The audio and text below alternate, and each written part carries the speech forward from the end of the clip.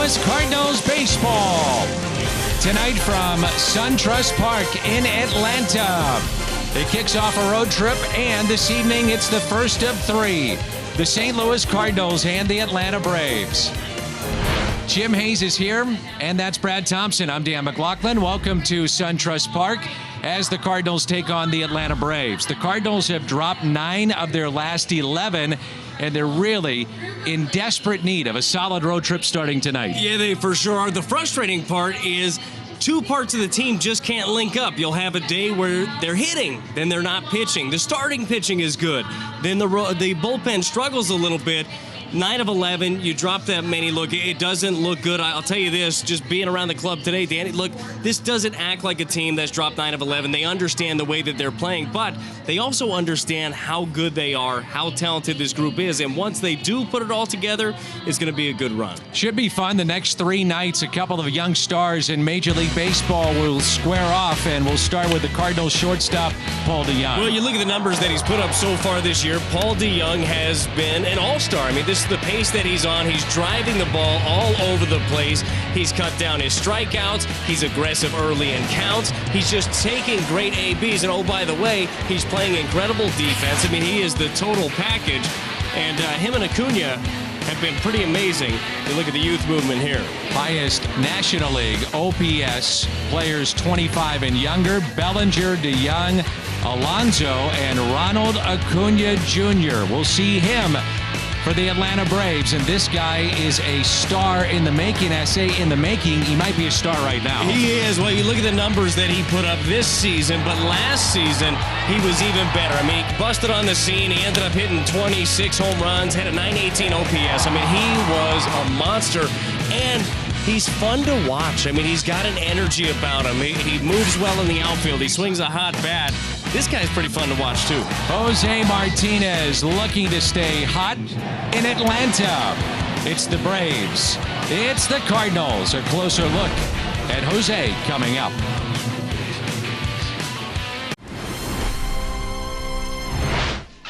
They are 2 of the best first basemen in the game today, and both in their respective lineups tonight. Paul Goldschmidt with 10 home runs. He'll bat second for St. Louis. Meanwhile, for the Atlanta Braves, Freddie Freeman, 7 home runs. He'll bat third. A comparison between the two, and they are 2 of the best. Goldschmidt, Freeman, Cardinals, Braves. Baseball coming up on Fox Sports Midwest. St. Louis Cardinals baseball is brought to you by Budweiser. Wherever legendary MLB moments happen, Budweiser will be there. By Chevrolet, the #1 selling brand in the St. Louis area. Find yours at your Mid-America Chevy dealer. And by Steak and Shake. Get 4 meals with 4 items for $4. 4 for $4. Get more for 4 only at Steak and Shake. With Brad Thompson, I'm Dan McLaughlin. Jim Hayes with us as well.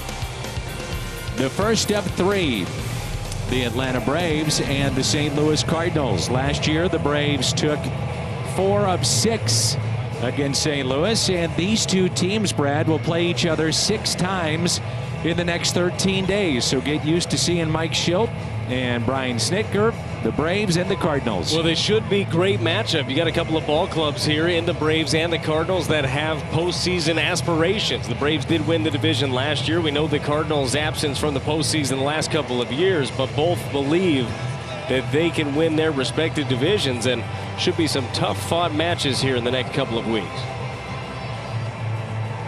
Toyota key to the game. Well, we know that things haven't been great here recently, so it's simple as get back on the right track for the Cardinals. They've dropped 9 of 11. Different aspects of their game haven't been great. Sometimes they're pitching, other times they're not hitting. Sometimes they're hitting, and they haven't been pitching. It's time to get back on the right track and get everything put together here. Well, the Cardinals have lost 9 of 11. They've allowed 59 runs in that span. This follows a stretch in which the Cardinals won 10 of 11. So baseball has a way of evening itself out. On the bump for the Atlanta Braves, it'll be Mike Fultonevich. He came over from the Houston Astros in the Evan Gattis deal a few years ago. Hard thrower, but that velocity this year has been down. It is a tick down, and he's basically in his spring training. As you see, the Hyundai pitch arsenal for Mike Fultonevich. Fastball, slider. The slider is really good when he's on top of it. Change up, and he'll show you the curveball a little bit. He was an all-star last year, struck out over 200 in 183 innings. I mean, he was a monster. Dealt with bone spurs in spring training. It delayed him coming into this season. So he makes his 4th start. And honestly, you're catching him at the right time. I mean, he struggled so far. We know how good he was last year. We know how great he has been. And the hope is you don't get him going in the right direction. The GMC batting order of the St. Louis Cardinals. Carpenter at the top, then Goldschmidt and DeYoung. Ozuna, Martinez, and Molina. Fowler, Wong, and the pitcher, Jack Flaherty, batting 9th. Well, it's been a struggle at the top of the Cardinal lineup here for Matt Carpenter. Right now, he among leadoff men in all of baseball, the average is 36th. So there's been different combinations of leadoff men, but his is 36. The on-base percentage is 29th, and usually if he's not hitting, he's drawing walks, and he has not been doing that at the clip that he's accustomed to. It's still good. It's second best in the National League, but Cardinals are waiting for him to get back on track. I still believe that when it's all said and done, he'll be top 10 or better. And that pitch taken low. So 2 balls and no strikes. Braves return home. They won 6 of 10 on a recent road trip through Miami, Los Angeles, and Arizona. And that's outside, 3-0. And in the final 3 games against the Diamondbacks, their pitching was magnificent. In those games for Brian Snitker's club, in the 3 against the Arizona Diamondbacks that they won, that was a team that only allowed 8 hits and 8 runs combined. So this is a team that has been pitching quite well. It was a road trip for the Braves that looked like for a minute it could have gotten away with them from them. They won 3 games against the Marlins, got swept by the Dodgers. Carpenter bunting against the shift, and now the count runs full. I think you have to do that, as exaggerated as this shift was at the start of the plate appearance. I mean, really exaggerated to the right side, and Josh Donaldson was near the second base bag, so giving all that room there to Carpenter. Well, I think it's twofold. Also, we mentioned the struggles of Carpenter recently. Maybe that's something that gets you jump started a little bit. And the 3-2 is fouled back.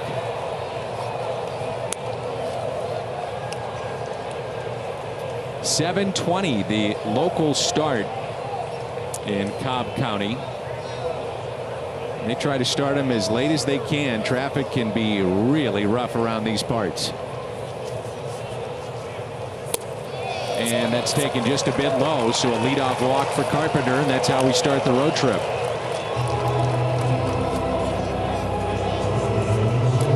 Around the Horn, presented by Dobbs Tire and Auto Centers. Acuna, Inciarte, Markakis in the outfield. Good outfield here with Atlanta. Donaldson, the former MVP with Toronto, he's at third. Swanson, Albies, Freeman along the infield, and Brian McCann back wearing that Atlanta Braves uniform. Goldschmidt looks at a strike. Paul so far batting .270, 10 home runs, 23 driven in.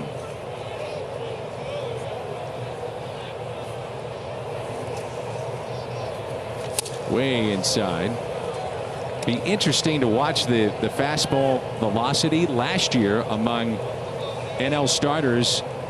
Fultonevich, he averaged out at 96.4 miles an hour, and now it's down not only a tick but 2 ticks. He's about 94, and clubs have been having their way with that fastball. Yeah, and I think a lot of it might be, first of all, once again, it's only his 4th start. He missed a lot of time early on. But then when you're erratic, you try to pull a little off, you take a little back. But at this point, early on this season at least, he's missed spots and the velo's been down. It's been a bad recipe. That's pulled foul. He had a 2.85 ERA in 183 innings last year. Came off the injured list with the elbow issues that Brad spoke of back on the 27th of April.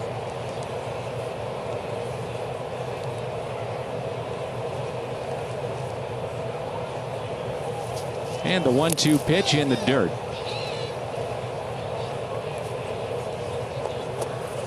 Paul Goldschmidt starting to pick it up. 9 for his last 17. Home run. That was on Sunday. 4 driven in his last 4 games. That's good to see that. We've seen it in doses already, but you look at the back of his baseball card. I mean, he does that for seasons, and you just got to think now's the time. So 3-2 the count. Sunday, it was just a line drive home run. A lot of top spin, but got over the wall and left against Pittsburgh in a game that really stung the Cardinals. The bullpen late. 3-2 pitch. And he took some off it. Struck him out. First strikeout for Foltynewicz. Missouri Lottery Fox tracks. Well, that's that nasty slider that you've heard about with Foltynewicz. It's down. He starts at middle of the plate, just ends up right under the zone. It's a good area. He missed down and away off the plate a couple of times, didn't get any offerings. Throw that thing down the middle, down under the zone. You'll get a lot of swing and misses. There's Paul DeYoung with a runner at first, Carpenter, and 1 out.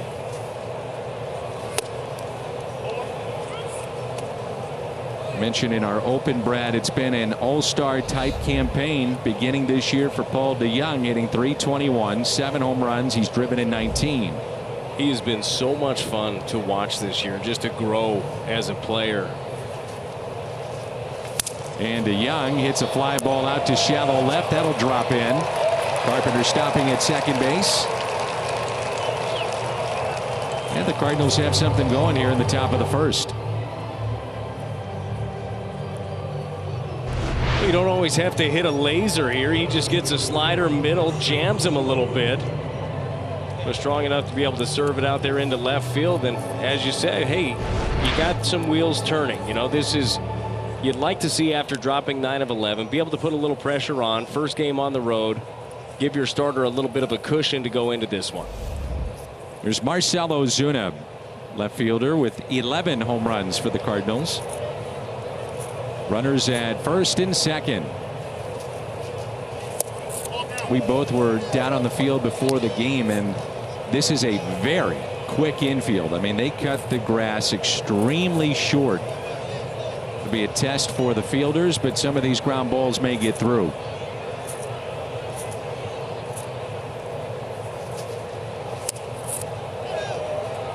And it's 2-0. Speaking of all-stars, the Braves have a bunch. Brian McCann, a 7-time all-star.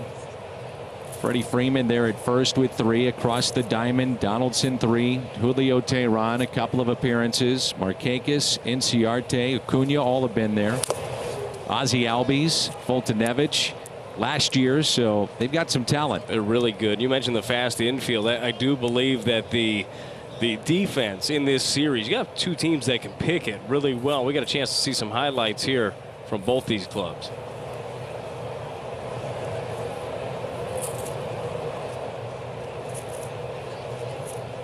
Outfield is deep. They're straight away for Marcell Ozuna. And the 2-1 is hit out to deep left. It's at the wall. It is gone. 3-run homer. Marcell Ozuna. And the Cardinals strike first here in the first.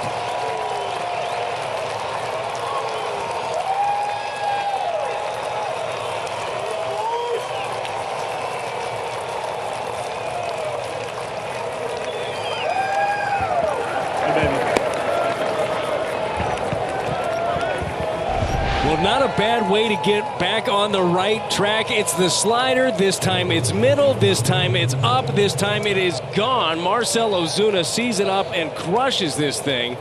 Marcell adds on to the home run total there, his 12th of the year.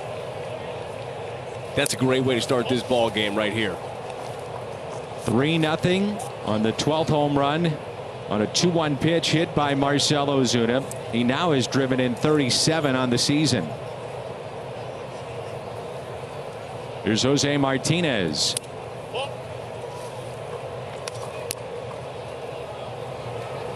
Two balls and no strikes, and again Foltynewicz falling behind early on. The 2-0. And that's lifted in the air into right center. Inciarte, who's won 3 consecutive Gold Gloves, puts it away for the out. 2 away. Well, the Braves, I'm sure, are sick of seeing Marcell Ozuna. 57 career runs batted in for Marcell Ozuna against the Braves, and that's his most against any opponent in the big leagues. They have seen plenty of him over the years with his time with the Marlins, and picking right up where he left off there. Yadi Molina down into the corner. The ageless wonder that is Yadi Molina. Guy's just incredible, isn't he? He is. He is. He is ready every single day when he gets to the ballpark. I love the aggressiveness here. Knowing that he's going to come at you. He said, look, I don't want to get to the slider. I don't mess around with anything else. I'm going to hunt this first one. Gets a fastball down and crushes it down the line here. Strong top hand. Interesting point you make about the hands of a catcher, and I've talked to Tim McCarver about this, and think about Yadier Molina, how many years he's been behind the plate. Those hands just get beat up every single night. And it does have an effect on the grip of the bat, the strength of your hands, and yet he finds a way to still put up offensive numbers. You will see it a lot of times later in a catcher's career where there will be pitches that are very pullable. You know, inner half that you'll see him go the other way with a little bit because they can't turn it over and they don't have the strong hands. As you said, ageless wonder. I mean, he is unbelievable what Yadi's able to do. Here's Dexter Fowler. Back in center field tonight. I talked to Harrison Bader down in the clubhouse, and I said, how you feeling? He said, okay. Neck has been sore, but feeling okay. But Dexter, another start in center tonight.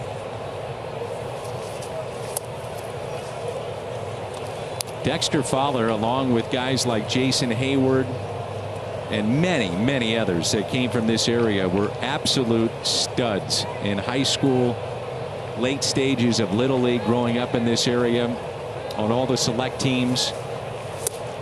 I mean, people knew the name of Dexter Fowler, Jeff Rancourt,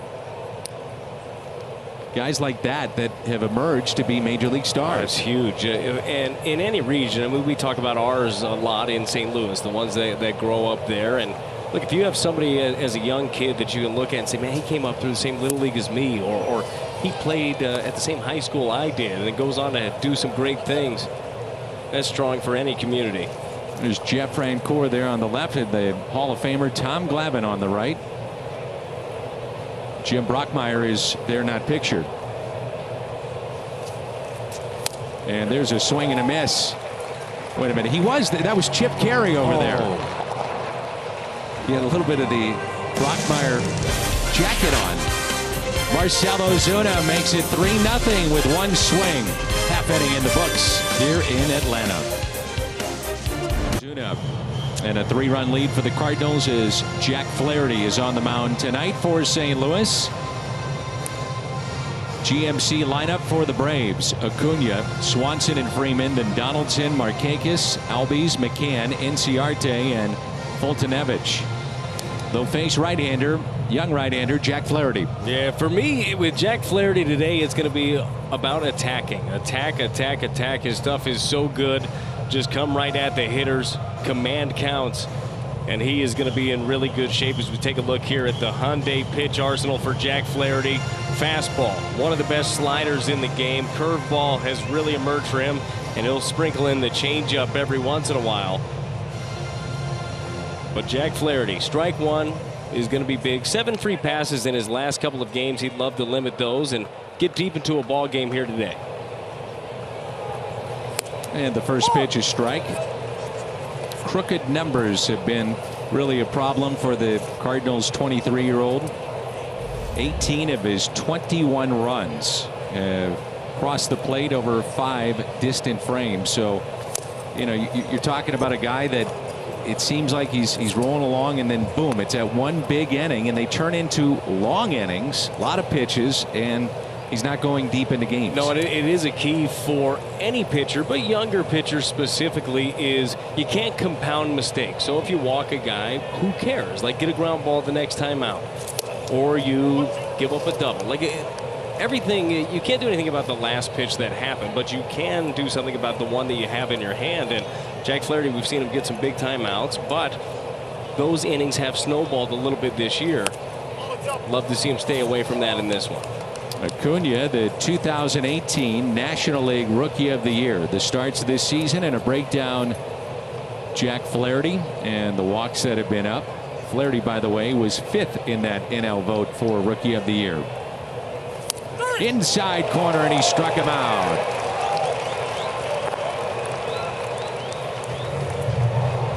When you have a really nasty slider, a well-placed fastball in is a great pitch. This is 94. It's inner half. You got him looking out over the plate for that slider. Can't do anything about that fastball in. That's a perfectly placed pitch. Here's Dansby Swanson. And a ground ball with Carpenter playing in. Swanson was a guy you could really attack aggressively at the plate, but he has made huge strides this year. And in particular, we'll see if it plays out tonight, but he's not chasing nearly as much as he did a year ago. Well, Dansby, the last 2 years, you could slider him to death. Exactly. Jack could throw him 6 straight sliders, ball strikes. He's going to swing. Fly ball lifted out to right field, backing up Martinez on the track to make the catch. Round the horn, presented by Dobbs Tire and Auto Centers. Ozuna in left, Fowler in center, Martinez in right field. Carpenter, DeYoung, Wong, and Goldschmidt on the infield, and Yadi or Molina behind the plate. And the batter is the 3-time All-Star Freddie Freeman.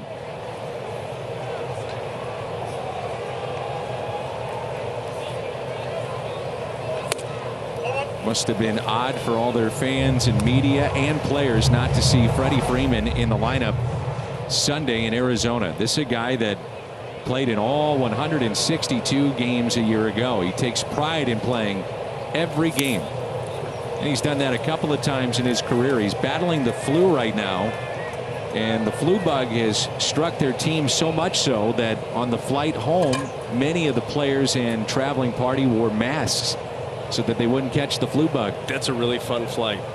Sounds like it. It was at least a close trip, huh? Arizona to Atlanta. Yeah. Well, you figure with the time change. Right, right. And the 2-1 pitch. Atlanta in the middle of really a tough portion of their schedule. So they return from the West Coast, and they've got the Cardinals and Brewers for 6, and then they go back out west. They've got a 7-game trip with the Giants and the Cardinals. That's fouled back.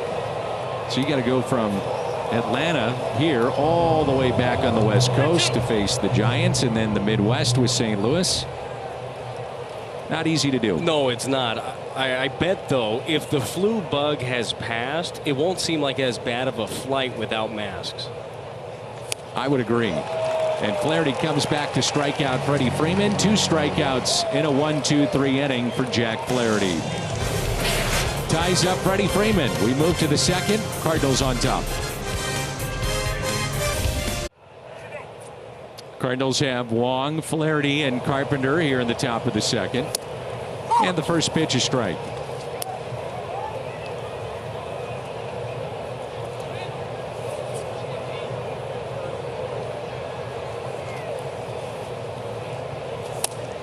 Inside again. You can hear Dan Iasonia, the microphones picking up our home plate umpire. Sam Holbrook, crew chief. He's at first. Manny Gonzalez at second. Jim Wolf down at third. Took something off it, and it's 1-2. I feel like that might be some information that should be passed on to people. Like, hey, we might be able to hear you. Just FYI. Well, I think they know it anyway. Well, maybe they do. I did have my grandma yell at me one time. And a ground ball that's hit to second, and you're being honest, aren't you? No, that definitely happened. Yeah, she got upset. Yeah, well, it happens. I got upset. She got upset.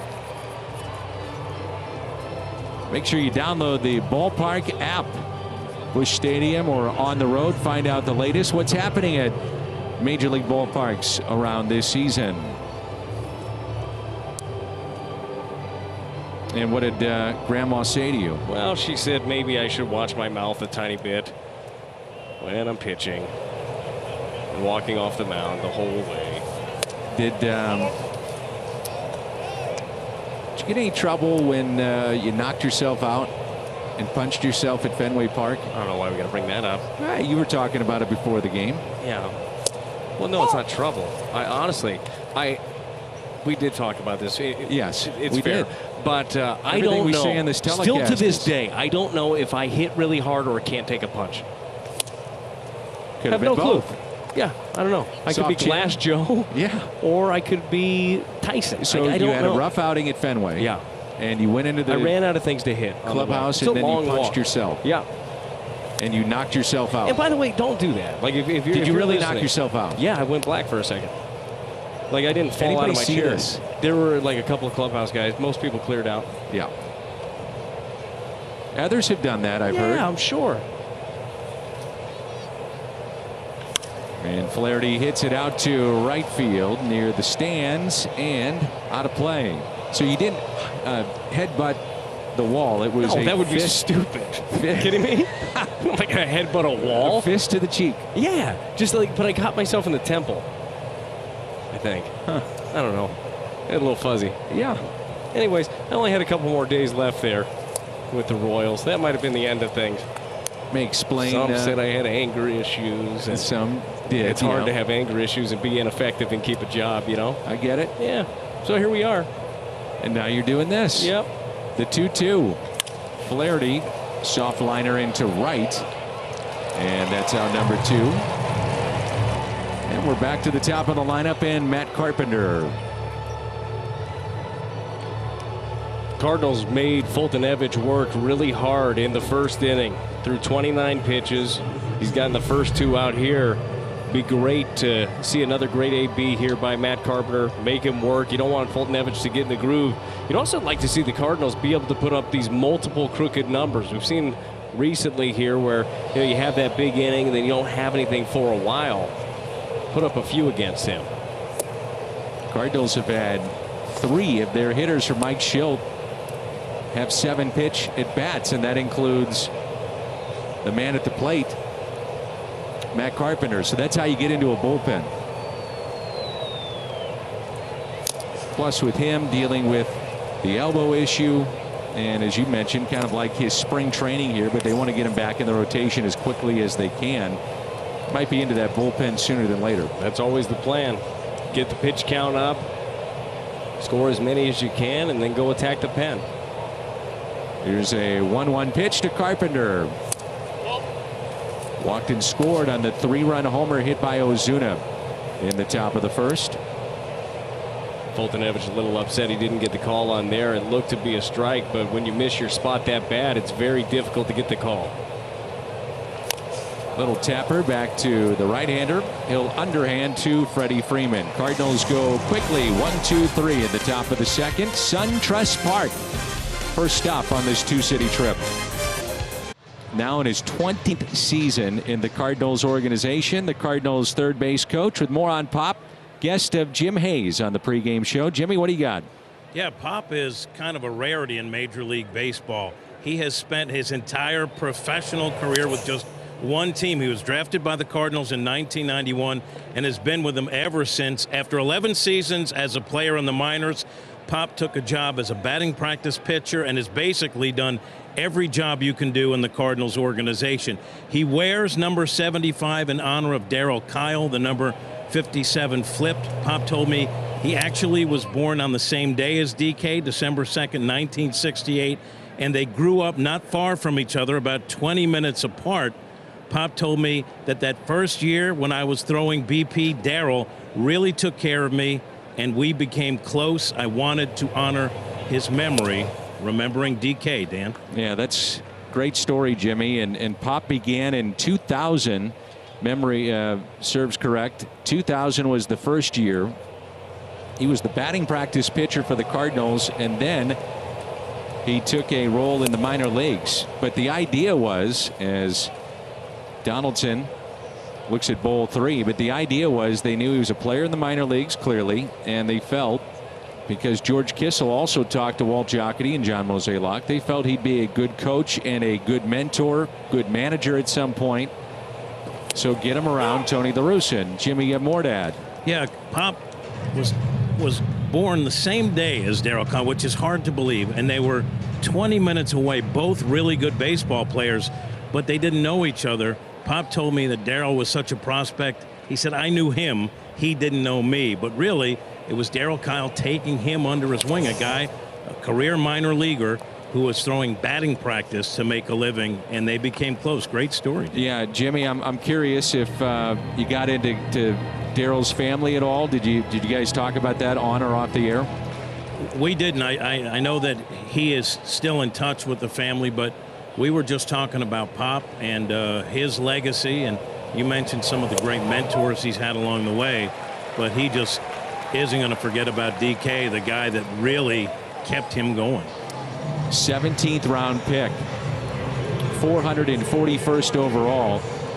That was in 1991, and he's doing the games all the way back when Pop was traveling with us, and he was a sponge, asking Tony questions. And George Kissel was also traveling with us at that point. I mean, think about that at your disposal to be a coach. You got George Kissel, Tony La Russa, you got guys that have been in the organization forever. So he's one of the good ones, and that's Pop Warner. Good guy. There's Nick Markakis. I know George was one of his biggest backers, when going into it. And that's got to be, I'm sure it's an interesting time in your career where somebody is ushering you towards, hey, you should probably coach this game. And maybe there's the thought, I kind of still want to play this game. But to me, that means a ton. When somebody sees that in you, the knowledge of the game, the patience, the way that you teach things. Pop is fantastic. He's done it at every level. He's pretty much worn every hat within the organization. I had him as a manager in the Arizona Fall League, actually, in 2003, I believe it was, and he was great to play for. Just a smart baseball man, and he's just one of those guys that down the road he's going to be another one that a young coach is going to be talking to a lot like he did with some of his mentors.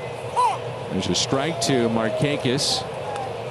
I know in talking with Pop, he won in 2005 the George Kissel Award, which is really voted on by the peers in the minor leagues and the front office, and that meant a lot to him. Gary LaRocque won it this last year, and it's given to outstanding service to the organization and minor league managers and coaches, and in this case it was Gary LaRocque who oversees the minor leagues. Stubby Clapp had won that a couple of years ago, and Pop Warner back in 2005.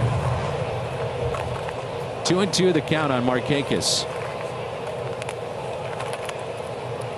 Signed back with the Braves for one more season. And a double play ball. DeYoung will step on the bag, and a double play, positioned perfectly.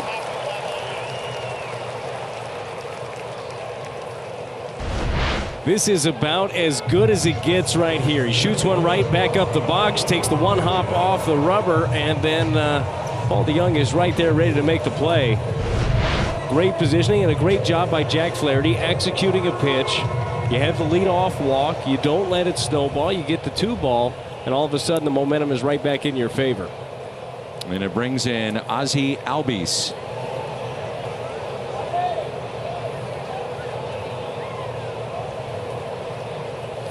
And there's that slider in there for a strike. Albies signed a contract that some around the game, if you're an agent, some players not happy about, but he signed for $35 million in extension. And as he's told people, he said, look, it's my life. It's my career. I'm thrilled with the deal. And he said 10 years ago, I was on a beach in Curacao, and the only thing to my name was my swimsuit. That's all I had. He was being honest. Said he had no money. Out to shallow left, and the catch made by Ozuna. So he looked at it as a way to take care of his family. A home run that was hit by Marcell Ozuna. Cardinals will have Goldschmidt, DeYoung, and Ozuna coming up against Mike Foltynewicz.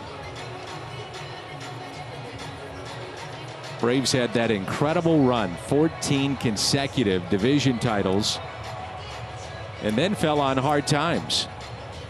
But the one player they built around is at first base in Freddie Freeman, and as they were trading many of their players away and stockpiling picks and younger players, they told Freeman, you're the guy that's going to be here. And true to their word, here he is still as Goldschmidt pops it up. McCann will give it a look, and it's out of play.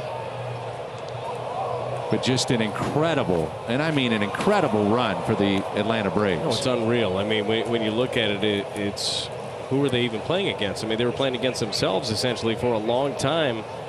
And when it comes to Freddie Freeman, I do believe they picked the right guy to build around. Not just the numbers, and the numbers have been great. He's been an all-star. He's won a Gold Glove, Silver Sluggers. He's fantastic. But the guy, you have to pick the right guy to build around. And Freddie's just one of those guys. He can lead, leads by example, does so verbally as well when he needs to. He's a heck of a player. Always wearing sleeves, you'll notice, with Freddie Freeman. Doesn't matter how hot it is. His mother at a young age, Freddie was growing up. He's the youngest of 3 boys. She passed away from melanoma. And that's another reason you win. You got Hall of Famers in your rotation. But Freeman always wearing sleeves, very conscious of wearing sunscreen as well. And he actually did have a situation where he had a mole removed off his neck a couple of years ago, has a scar from it, and did have cancer cells in it. So it's something he pays very close attention to. There's a base hit into center.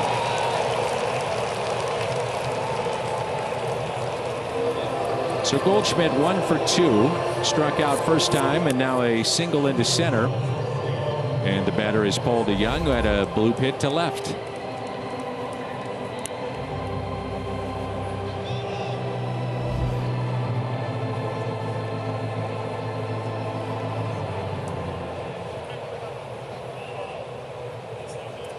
Already the pitch count entering number 50 with this delivery. Now you got to love that. They're making him work. They're also being aggressive, though. I mean, the Cardinals hitters, if they see something in the count early up that they want to take a good hack at, we've seen a couple of guys do that already. I love the approach.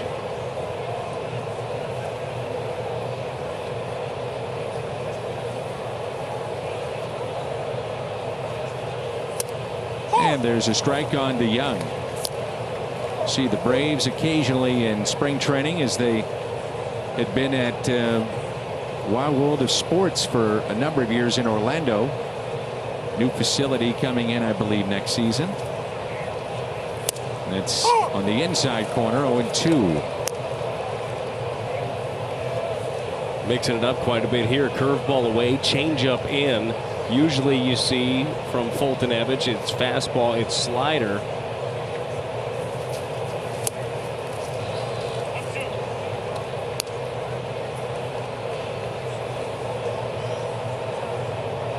We talked off the top about Paul DeYoung, the season he's put together, and man, is he covering everything. He's hitting the fastball, he's hitting the slider, he's hitting down. And the fly ball lifted out to center field. Inciarte with the catch.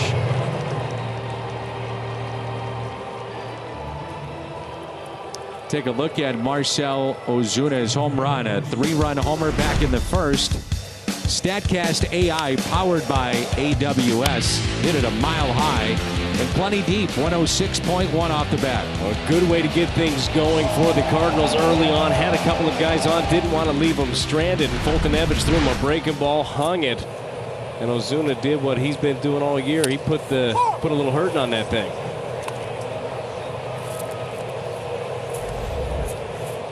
Marcell, by the way, just became public knowledge that he has switched agents. left the agency with Scott Boras. You always wonder about those moves. I mean, you're a former player and had an agent, but is it the marketplace that's doing that? Is it Scott Boras holding out many times with top clients? Is it the relationship the agent may have with the club? Whatever. I think the answer is yes. I mean, you take it all into account. Ozuna hits it a ton down the left field line, and it is a foul ball. Hit it into the upper deck and launched it. The Cardinals will take a look at this. His home runs can be reviewed. I don't think they were expecting a baseball up there. Well, I don't know. I think that is awfully close to being a home run. From our vantage point, it certainly looked like. You see here, top of the screen. That looks like a home run. And a lot of that is dependent on your camera angle down the line. It's awfully close, but he hit it a ton. I had the Cardinals camera angle. That was into the Hank Aaron Terrace here at this ballpark. I don't think fans generally bring their gloves over there. It's 335 down the left field line, 325 down the right field line, 400 to center. Ozuna puts it on the ground. Donaldson will go across the diamond. And a strike to Freeman.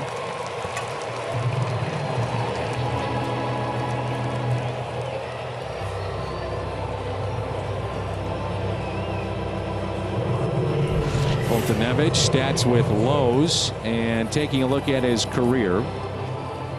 The ERA by season, and last year a All-Star campaign, 2.85. Tell you what, by the way, going back to Ozuna, I mean, we're right behind home plate, so we don't have a direct view down the line, but man, that was awfully close. I think so too. And there's strike one on Jose Martinez, who flied to center.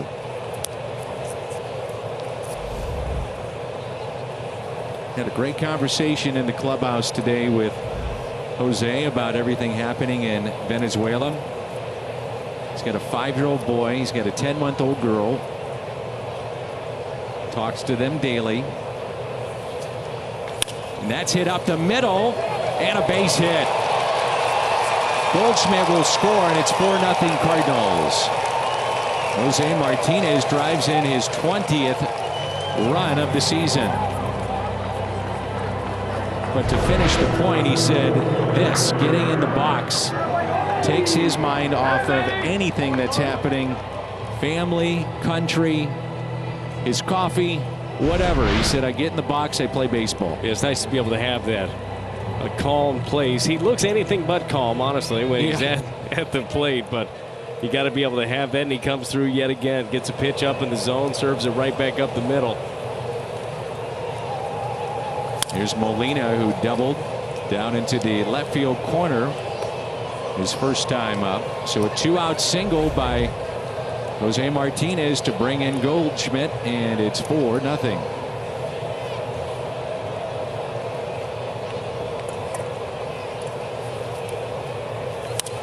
And Molina lifts it down the right field line and out of play. By the way, Molina made a little history on that last plate appearance.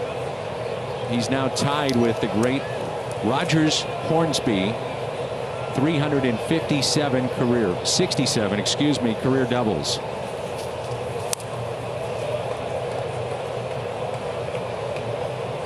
I think there's a lot more left in that tank too.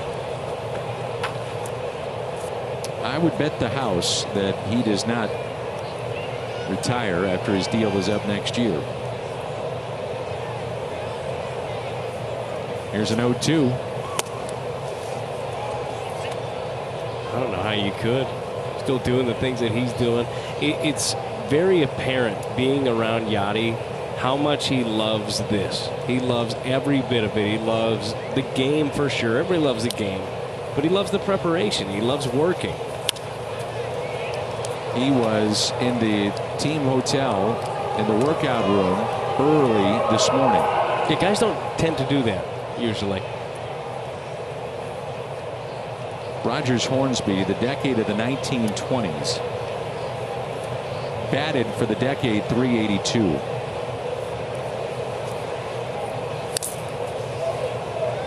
Incredible player that, you know the name, but you start diving into the numbers. It's incredible. The history of this organization overall is incredible.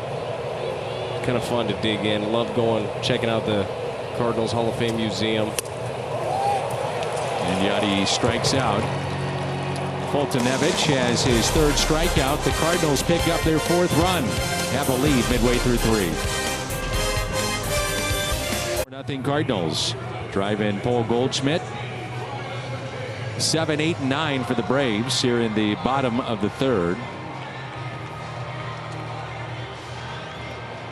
Rogers Hornsby, by the way, 7 batting titles, and his career average was .359, which is the all-time leader in batting average for a St. Louis Cardinal.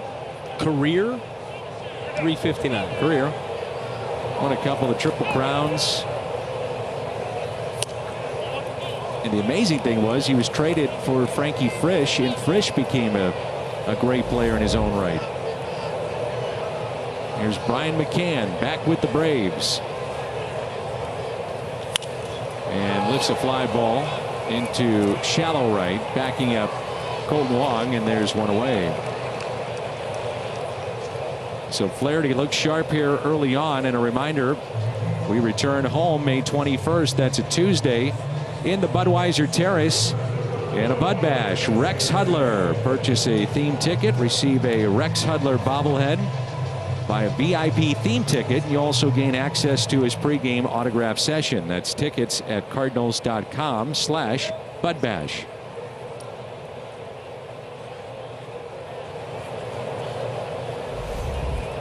Ender Inciarte. Off to a very slow start, hitting .218. Yeah, he can go get it out in center field. We've seen him swing the bat a lot better than he has so far this year, but it's been slow coming, as you see. Great backdoor breaking ball right there by Jack Flaherty to get him started. And the 0-1 pitch to the backstop. He's been looking back at the mound a couple of times. I got to wonder if his footing isn't quite as comfortable as he'd like. Every once in a while, it depends. You get a landing spot that just slides on you a little bit, or you get where you push off. Maybe you catch a tiny bit of the top of the rubber. Does it also depend, did you find, especially being a reliever, but you did both, what the opposition is doing too in terms of his lead leg and where it lands? Yeah, every once in a while you will get that. It looks, just spins off it a little bit. Now, mounds are so well taken care of now, you usually don't get it, but if you get somebody that strides just maybe a tiny bit further than you do, and then you land a little bit in their hole and slide into it, that can end up being trouble. The 2-2.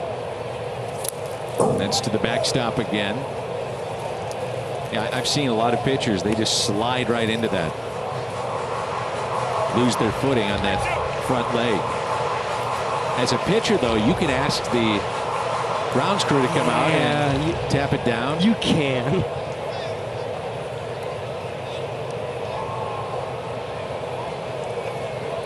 The 3-2 pitch. Hit out of play. Yeah, generally, then your teammates probably end up making fun of you and say, oh, you're a diva, you got to get the mound fixed. Grounds crews do such a good job nowadays, though. These mounds are pristine. It's fun to actually, if you're staying at the ballpark late, I mean, you're here crazy early, watching how much time they spend on the mound. It's an art. They do it out in the bullpens, too. Yep. Second walk issued by Flaherty. Foltynewicz will be the batter.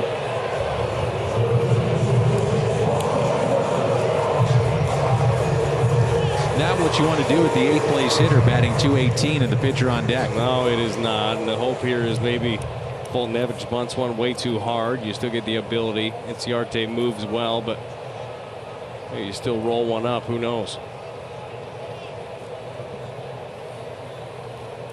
Boltonevich squaring to bunt, charging Carpenter, and a foul ball.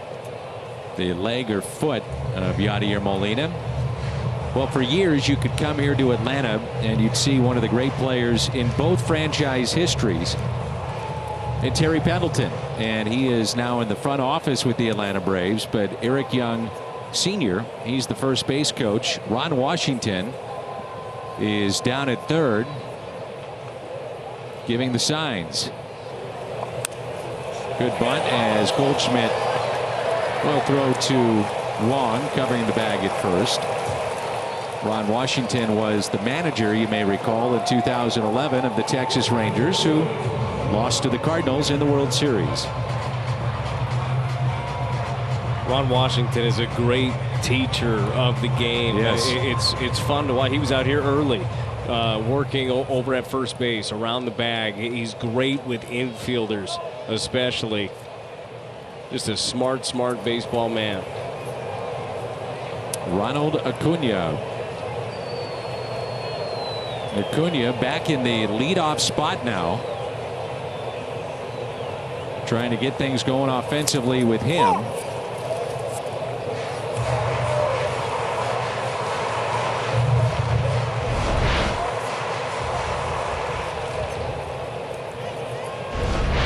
It's a good pitch right there if you can get it. If you're getting that call, keep going in there. And the 0-1 pitch. Goes back inside, doesn't get it. Now, he had been their primary cleanup man, but went 19 games without a home run. And he's got a 5-game hitting streak in the top spot in their lineup. Couple of home runs, a double, 6 for 22 with his strikeout back in the first, so they're trying to change things up for him. And the 1-1 pitch. This is against the Arizona Diamondbacks on Friday. Such a talented player, and again, the Rookie of the Year last year in the National League. And how about that blast? Wow. If that wall wasn't there, I mean, how far does that baseball end up going? He's got big time potential. He's got big time power. He's fast. He's good in the field. Going to be one we're going to be watching for a long time. And I know it's crazy to say when somebody signs a deal for $100 million, but you look at the potential of this young man here. You look at the numbers that he put up last year already. I mean, that's going to end up likely being a big-time bargain for the Atlanta Braves. The deal could end up being 10 years with a couple of club options at the end worth $124 million. Ground ball, backhanded by Carpenter, and he makes the play. Braves strand a runner. And we play 3, 4-0 Cardinals. The top of the inning. And the Braves already having to make a move in this game. And we mentioned that the flu bug is running through their clubhouse. Camargo takes over in left field. And Brian Snitker then moves Acuna to center. And Fowler hits one out to deep right. Goodbye, Dexter Fowler. Second home run of the year. 5-0 Redbirds.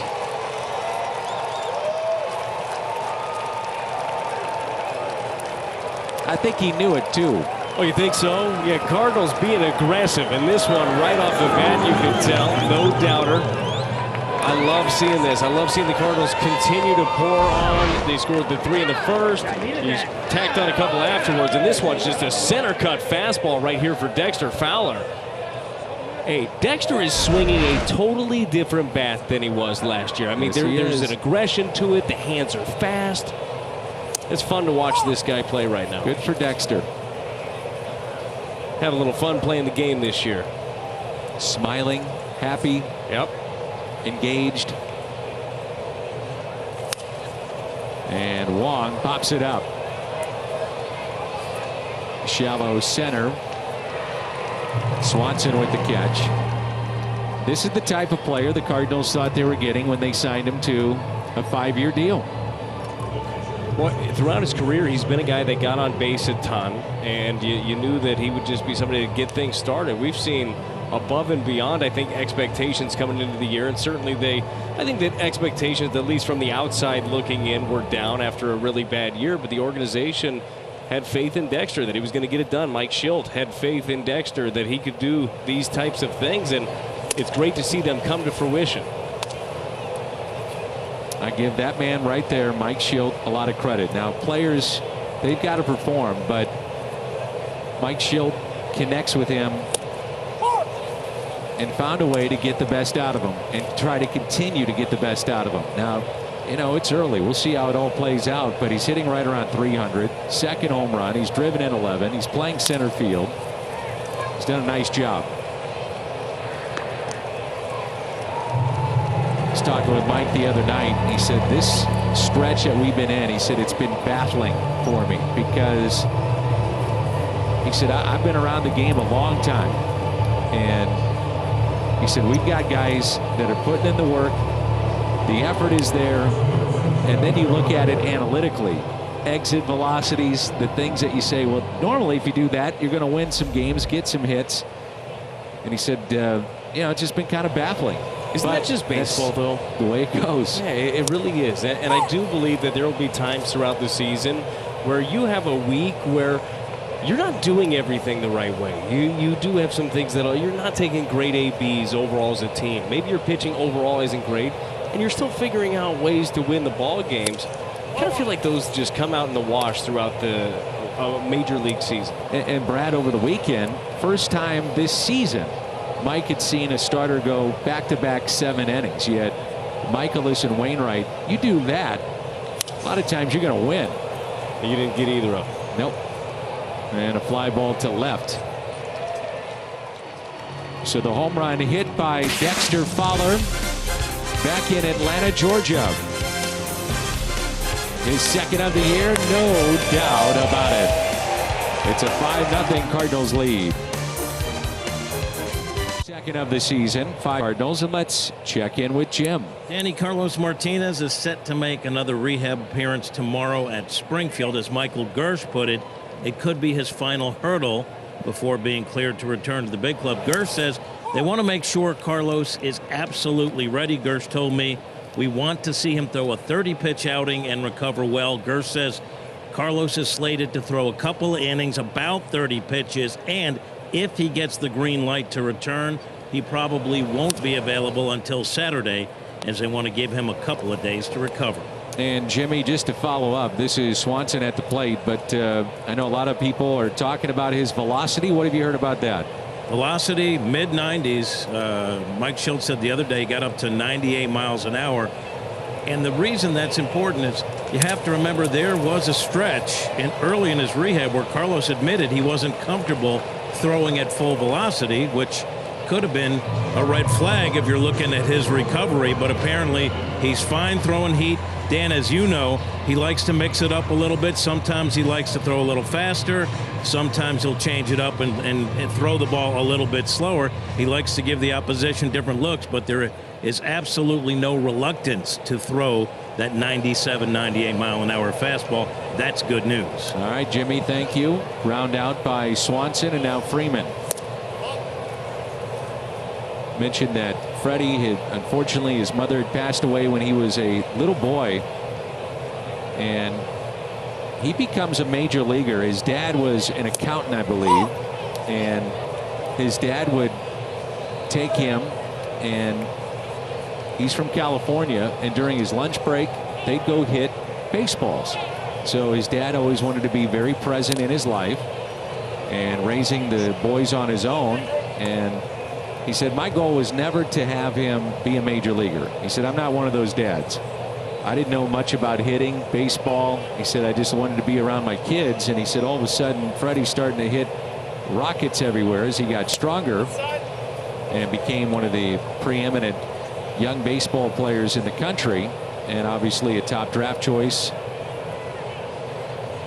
But they'd go to the park, they'd play ball, they'd go back to work, Freddie would do his homework in an empty office, and that's how he learned the game, through his father, by spending all that time with him. That's time well spent right there. I'd say so. For $135 million, the contract that he got, the extension, he's a great player. 3-2 pitch, and a swing and a miss. Freeman strikes out for the second time, and that's strikeout number 3 for Flaherty.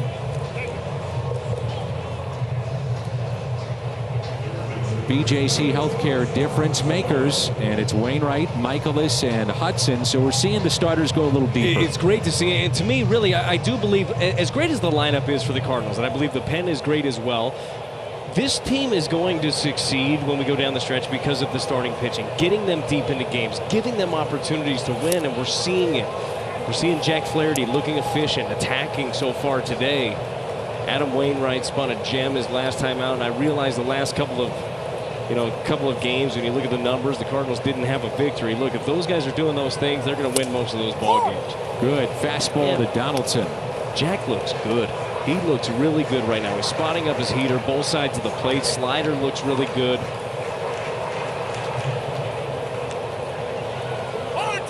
And time called. Donaldson, the most recent homestand, missed 3 games in a row. He had a bad calf. Had a very slow start to his spring, and told anybody that would listen he's back to being healthy. It was very obvious this offseason this is where he wanted to be. I mean, there are plenty of suitors out there, I'm sure. As you see Jack Flaherty pitch by inning, been very, very efficient so far. This guy was one of the most feared hitters in baseball before those injuries last year. Missed in.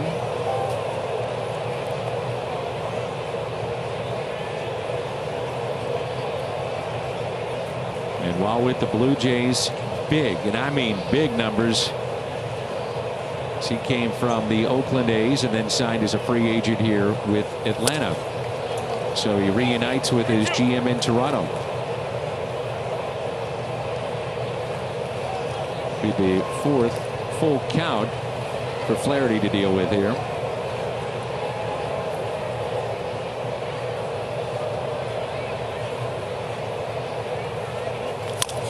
Got him to reach for it. Slowly hit. Carpenter makes the play. 1-2-3. Go the Braves.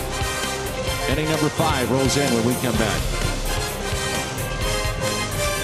Golf Classic on Monday, June 4th. That's at Norwood Hills. Unique experience. Pair foursomes with Cardinal celebrities, including current players, coaches, and alumni. And you can sign up at cardinals.com/RBI Golf.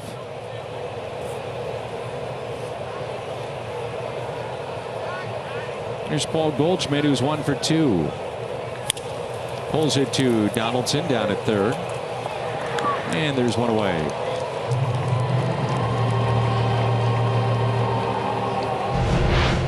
The overall numbers for Mike Foltynewicz have been a little bit different, and mechanics have been different than they were last year. You see big difference with the glove. You see this year he's always falls off, but he's appearing to pull off of his pitches a little bit more, and I think that is kind of part of the process of missing time early on and dealing with arm issues. A lot of times when you're dealing with whatever it is, shoulder, elbow, you make other compensations within your body to kind of make up for the pain, and then it takes a while to get back to where you were mechanically. As we mentioned off the top, look, he had a monster year last year. He was an all-star.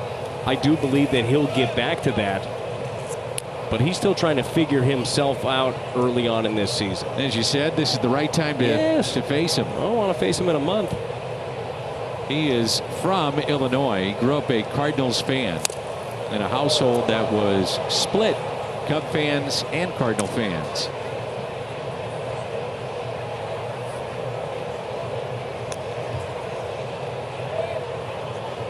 Said there's a lot of trash talk growing up in his household. I feel like that'd be very difficult. Like, you don't want to act like you're playing favorites. You know, mom likes this, dad likes that, but you got to pick a side. Mom's brother, Cubs fan. Said so it's all in the family. And that pitch taken high. He has not had great numbers, by the way, against St. Louis. 5 starts in his career, 2-3, ERA near 8. ERA over 13 in Atlanta against the Cardinals.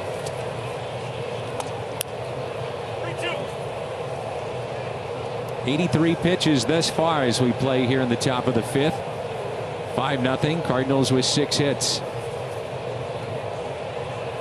Pulled foul. Well, he has been laboring in this one. He's fallen behind quite a bit, but the Cardinals have also done a very good job of just fouling stuff off. You see right there, you get a pitch, you spoil one. That's how you get into a bullpen. You see the first 3 innings here, 29, 15, and 23. They made them work early and often in this ball game. And DeYoung pops it up down the right field line and out of play. Felt the off day yesterday for the club came at the right time. It was a tough homestand, dropping 2 of 3 against the Phillies. A couple of those games were sloppy, and then losing late on Sunday after the Friday and the Saturday starts. Very good pitching by Michaelis and Wainwright. 3-2 hit down the left field line, hooking, and it is just foul. By the way, I still believe the Ozuna foul ball was a home run. Me too. I think you could have done a little make good right here. You know, sure, this one was obviously foul, but the other one appeared obviously fair to me. Guys in the bullpen, they're trying to get a souvenir out there.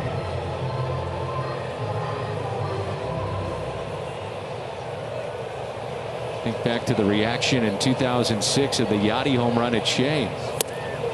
That was a walk and a very good at bat. That was something special. That was a great at bat. Budweiser player of the game, and play of the game thus far is Marcell Ozuna, his long home run that he hit back in the first inning.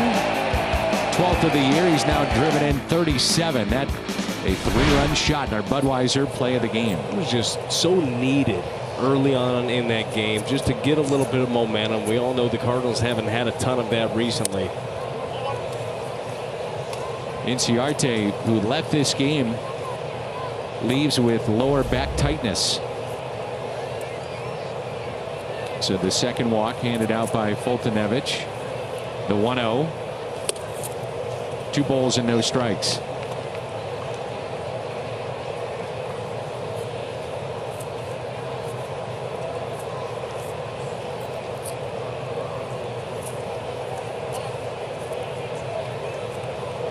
Left-hander, they've got 3 of them in their pen, starts to throw for the Atlanta Braves.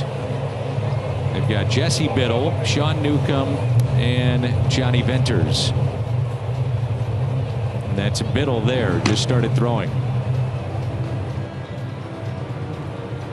Not a bad idea to talk this one over here. While it's a 5-run lead, the Braves got a good offense. I mean, if they put something together, they can come back. But Marcell could put a big dent in this with a 2-0 count.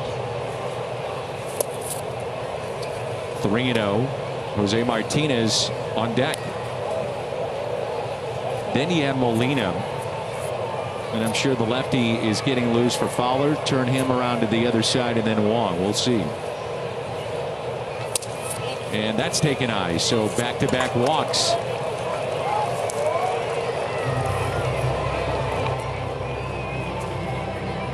Runners at first and second for St. Louis. And it brings in Jose Martinez, his Kubota power stats the last 23 games. It really coincides when he became a regular in the outfield. 377 the average. And on the year he's batting 342, and he now qualifies potentially for the batting title. It doesn't seem to matter what the role is. If he's there every day, if he's a pinch hit off of the bench, he's ready to get the job done day in and day out. He singled up the middle with 2 outs to bring a runner home.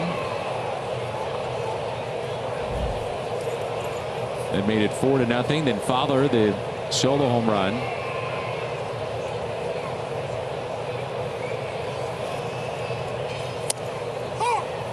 gets the call.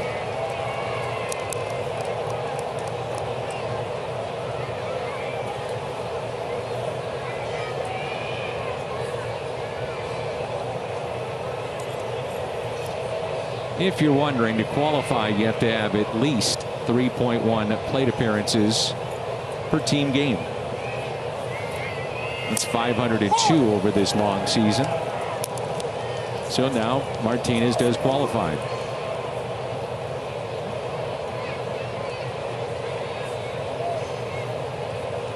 One and two the count. Outfield deep, and they shade him a bit the other way.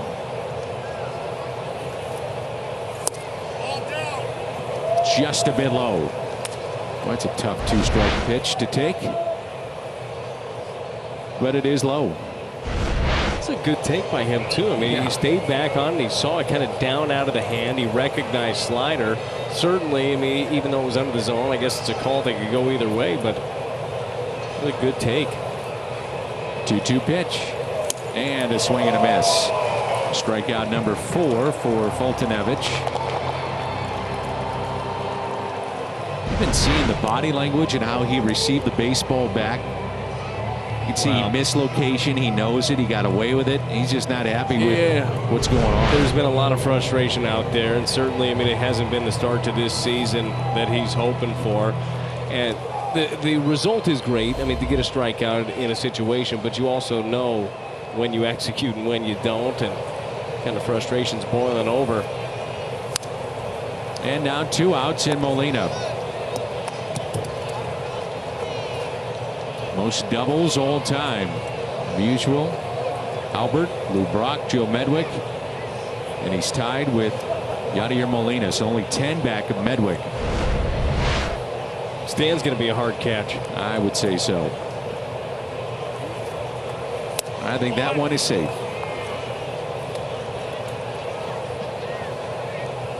1 ball and 1 strike.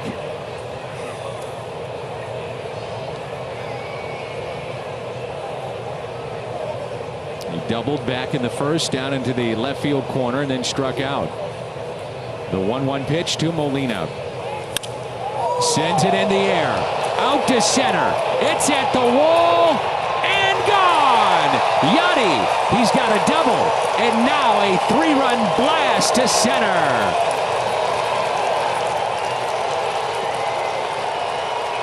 The ageless wonder that is future Hall of Famer Yadi Molina.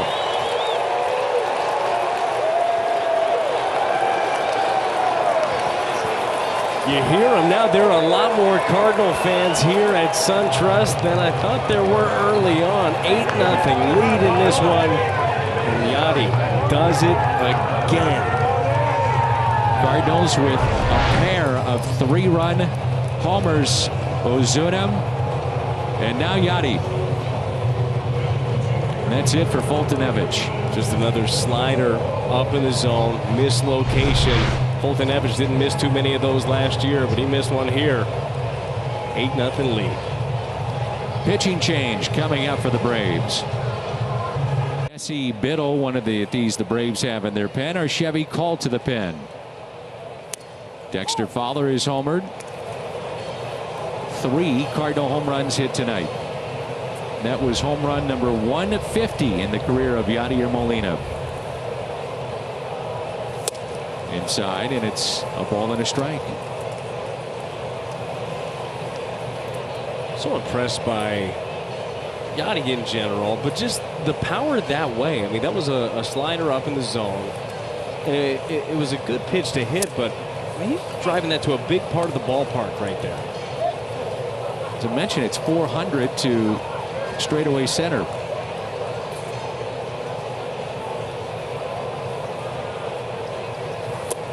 And Fowler takes a pitch low. You got to wonder what consideration the Cardinals, with Fowler going like he is, that they're giving to maybe moving him up in the lineup. I think that is a chain reaction type question. And Fowler singles into left center. There he goes, does it again from that side of the plate. Home run earlier from the left side. Shoots this one down past the shortstop. But no, Fowler's swinging a great bat. He's got a great approach. He's taking good ABs. Even if he finds himself in the hole, he's fouling stuff off. He's drawing his walks. But I do believe, we know how great Matt Carpenter has been at the top of the order historically for the Cardinals over the years. And you want to be as patient as possible with that, and because there is a belief internally, I believe, heck, I saw it last year, that he's going to snap out of it. But you also have to figure out how is the best way, that we can win today. And maybe you do tinker a little bit. Maybe that's a little bit further in the future. But Dex has done nothing but prove that he's seeing the ball well. He's getting big hits. Here's the 0-1 pitch. Yeah, and really it's kind of a two-prong effect there. I mean, you're moving up one guy, but then you're moving down another. You don't want to lose the other. You want to make sure you get him right. Now that's 36 home runs that Carpenter hit a year ago. And the thing with Matt Carpenter, I mean, Matt's happy. He'll hit wherever. He'll do whatever the team asks him to do. But the numbers overall throughout his career have been, look, he's been great leading off. So we just hope that comes to fruition. And that's a base hit into right field. Fowler around second base and on his way to third. He actually had to hesitate a bit to make sure that didn't hit him. He's also, Fowler, running much better this year. Good to see Wong get that base hit against a lefty. Well, lefties have hit Biddle pretty well.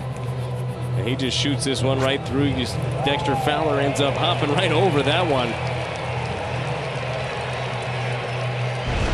Always got to be aware out on the base pass over there, Dan. Yeah. And Jack Flaherty. So at least the Cardinals get him through the order here. 0 for 2. Fly to right, grounded out. 8-0 our score.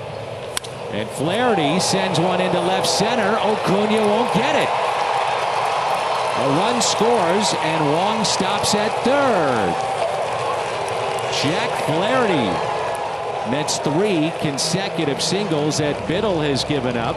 And it's now a 9-0 Cardinal lead. Well, welcome to the game, Biddle, and everybody wants to get in on the hit parade. Just because Jack's pitching and he's doing so very well doesn't mean he can't swing the stick, and he gets one up in the zone. Hits this well, shoots it out there, drives one in. Some good base running here by Colton Wong. Team is firing right now. Cardinals 4 for 6 with runners in scoring position, and that was an issue over the weekend. And that is over the head of Carpenter and scoring easily. Wong, as McCann couldn't make the catch. Or did it hit his bat? I think this thing might have clipped his bat. If not, it's 10-0. Oh, it sure did. That hit the bat.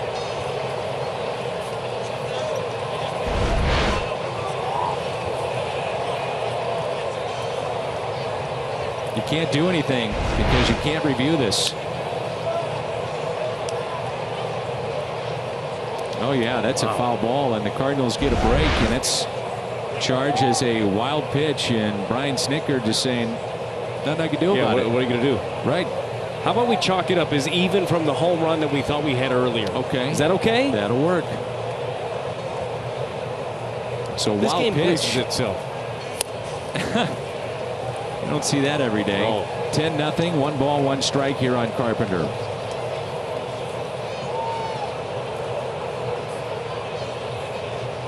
Now, if it hit the batter, that's a different story. Hits the bat, no.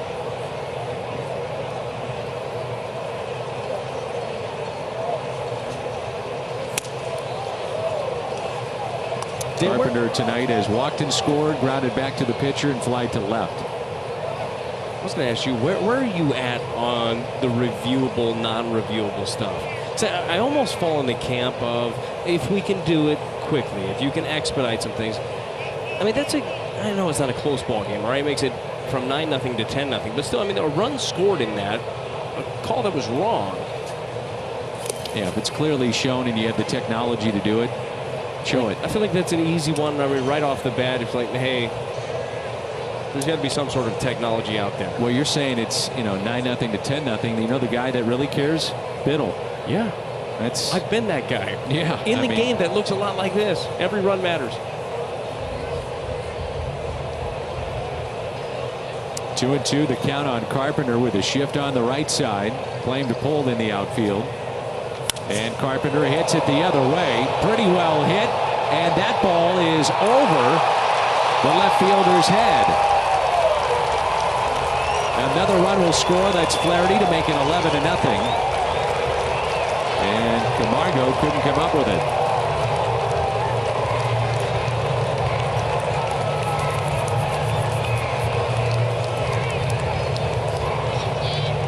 If you're wondering about foul balls, it has to go past the umpire and their outfield reviews, and that's it. So those at the plate are not reviewable. RBI double for Carpenter. That makes little to no sense to me. Good to see Matt Carpenter drive that ball that way.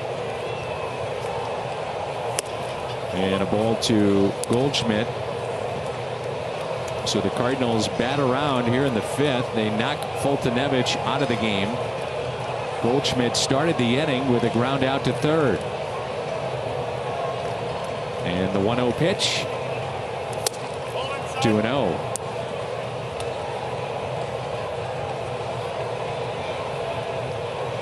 .28 runs scored the first game of the last two series. Now just keep it going in the series. This offense has the potential to do stuff like this every night. When you look at it on paper, you see the lineup when you walk into the clubhouse. You expect stuff like this. You expect crooked numbers. Now it's not always going to be 11. This offense is very, very good.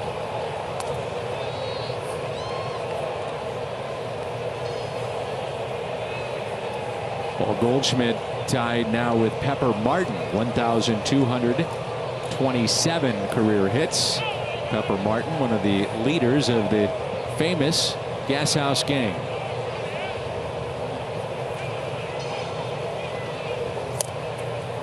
And now a walk. Things unraveling here in this fifth inning for the Braves. Cardinals receiving another walk. There was 3 issued by Fultonevich, and now this one by Biddle. Biddle's come in with 2 outs and nobody on and has not retired a man. Fowler a base hit, Wong a base hit, Flaherty a single, Carpenter a double, and the walk to Goldschmidt.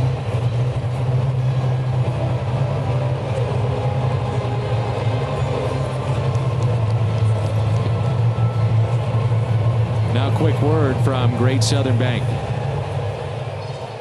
Bought enough food for the entire section? We understand. Great Southern Bank. We're fans too. Runners at first and second. And DeYoung looks at a strike.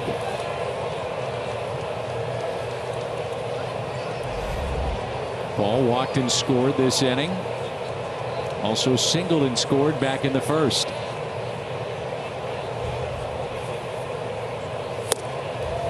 Nothing in 2. Biddle, kind of one of those weird lefties, came into action today. Lefties were hitting .368 against him. Righties actually have had a tougher time. But a little bit of everybody's getting in on it this inning.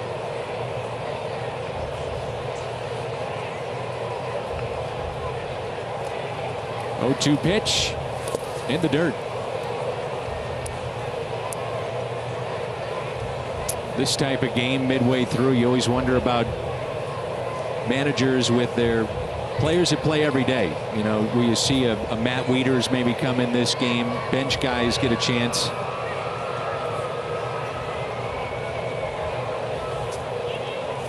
And DeYoung hits it to short. Swanson across the diamond. Cardinals strand a pair, but Yadi Molina, the 3-run homer. He also has doubled tonight. The Cardinals having a little fun in Dixie. 11-0. Flaherty has been dealing with an 11-run lead. Now he's pitched so well, Brad. I'm curious. 11-run lead. What changes, what doesn't when you're the pitcher? Nothing in this situation. You keep attacking the way that you've been attacking. And for him, it's commanding the zone. You go right after him. I mean, that's what he's been doing this whole game. So I would do that the way that he's been attacking. I do it in a 0-0 game. I do it in a 1-0 game. And I do it in an 11-0 game. It's been quite effective. He's been around the strike zone. He hasn't been nibbling like we've seen him in the past. He's spotting up his fastball on both sides. I mean, this has been a great showing here by Jack Flaherty. Jack had a 3.34 ERA last season.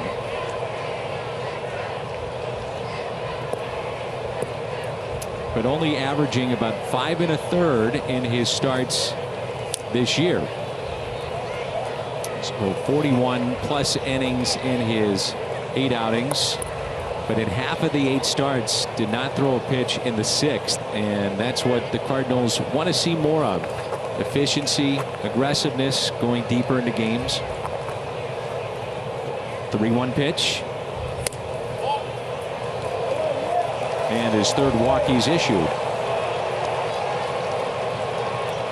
Reminder that Cardinals baseball is brought to you by Ford, the official car and truck of the Cardinals, by St. Louis Children's Hospital and Washington University Physicians, guardians of childhood, and find your Steel dealer at steeldealers.com. Jack gave up a leadoff walk in the 2nd inning. He walked Donaldson. Markakis then hit into a double play. So hope here, it's you get yourself into a little bit of trouble, but you get out of it. You execute the next pitch. Ozzie Albies fly to left. Hitting .267. Very short lead at first by Markakis. I don't know if you had the chance to read the article in St. Louis Post-Dispatch on Sunday, but Mother's Day, and just a fabulous piece written by Derek Gould concerning how mothers play a role in the lives of baseball players. And one of the main players that Derek focused on is the guy on the mound, Jack Flaherty, who was adopted by his mother, a single mom. And just if you get the chance, and for folks to go to the Post-Dispatch, read Derek's article on Jack, which was very, very good. Great.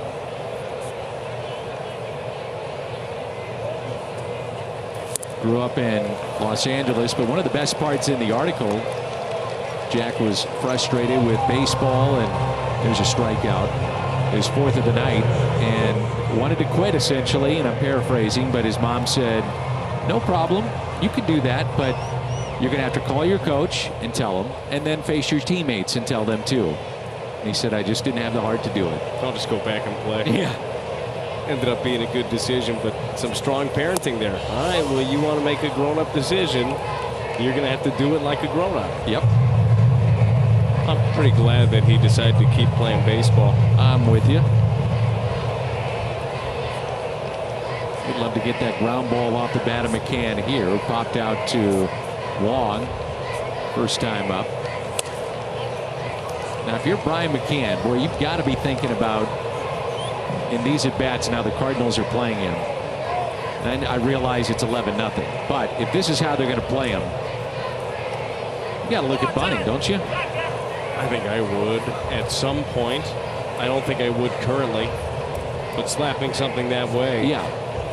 I mean, again, it's 11-0. It's a different story, right. But if this is what it looks like for the series, that's what I mean. He gets more reps, certainly. That's about as an exaggerated shift the Cardinals will put on any left-handed batter.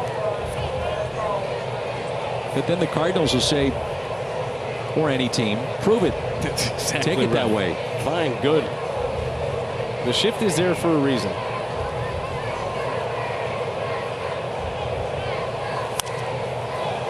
McCann last year had knee surgery. Really a down year for him.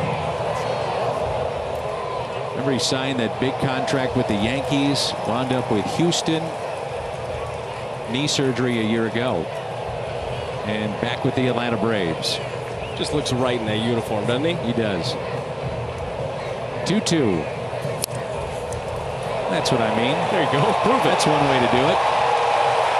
Broke his bat. Hits it off the end of the bat, and the Braves have their first hit of the night. As you mentioned, broken bat and broken no-hitter. And there it is. Even if you're playing kind of an exaggerated shift, not the wholesale, one hit like that is going to be difficult to end up getting him there. All right, got that no-hitter thing out of the way now. Now attack again. Get right back into it. And brings in Camargo. He was mentioned too with guys like Albies, Acuna as one of their young stars coming up. 1 out, 2 on. Camargo took over in left field. I really like Yohan Camargo. I think he's a good player. He's proven this year his versatility, but I liked him over at third base last year. Showed off some good power. He's got a good glove over there. I've got a feeling that the Braves fielded a lot of phone calls from other teams when they signed Donaldson and say, hey, what are your plans with Camargo? Because we'd love to have him around. He had 19 home runs last year, and he's only 25 out of Panama. Switch hitter too.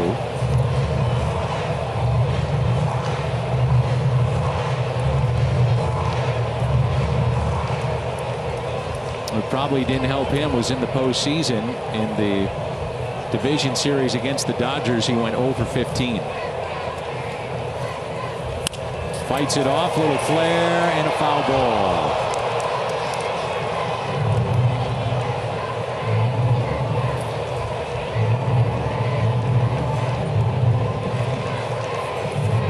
Fulton County Stadium, Turner Field, and now SunTrust Park.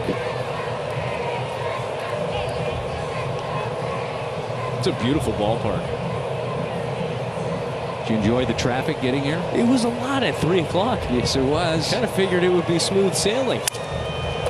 That's hit out to shallow right field. Drops in for a hit. And the bases will be loaded. So an infield hit and a bloop to right, the 2 hits that Flaherty is allowed. A couple of missiles in the book, I guess. Oh, Jack is doing a good job. He's executing his pitches. Not much you can do about that. Now the leadoff walk, certainly he had something to do with, but a little squib down the left side, a little blooper here. Now into right field. I mean, credit the hitter. Camargo, that thing's down and in. Just sticks his bat out. Mike Mannix here just trying to slow him down a little bit. He's 1 pitch away still from just getting out of this unscathed. Well, let's take you back to this date when these 2 teams met. As always, presented by our good friends at Blue Fuse and the Fuse Automotive Network. See more at Fuse.com. The secret weapon, Jose Oquendo, 4 innings in relief against the Braves. And there were a lot of fans that left and then came back in. And later that season, Oquendo would actually even go behind the plate. Jose Oquendo, the secret weapon, Lou Fuse, this date in Cardinals history. Charlie Culberson, the pinch hitter. Oquendo was back in St. Louis over the weekend. Went to Springfield working with some of the minor leaguers and then made an appearance at Busch Stadium. Jose was drafted at the age of 16, or signed, I should say, and eventually made it to the big leagues still as a teenager. It's impressive.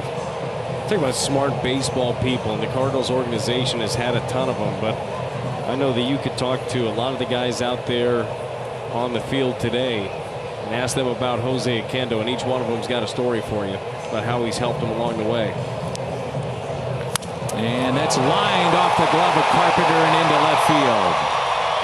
Run will score, and that makes it 11-1.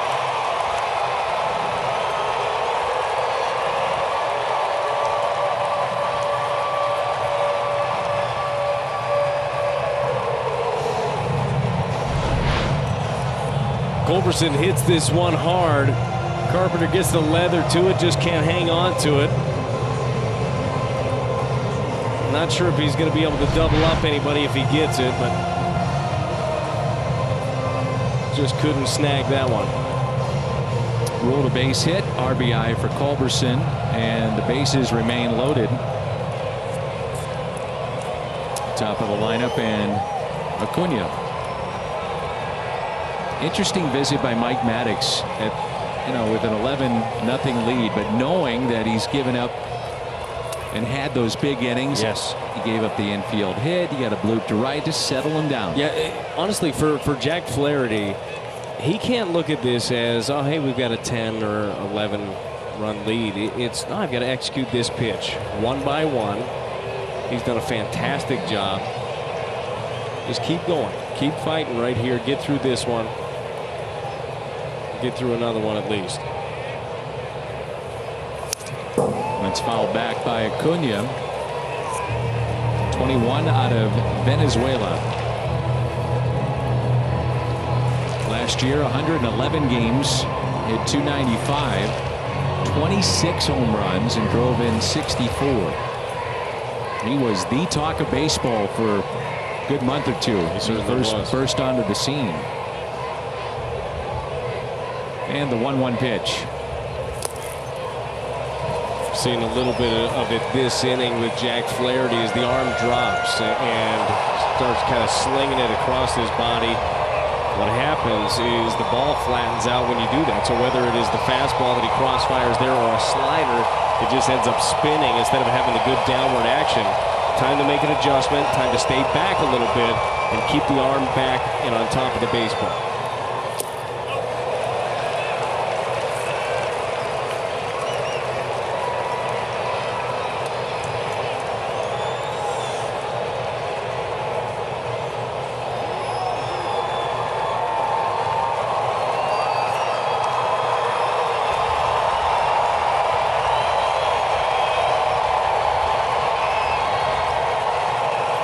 Pitch.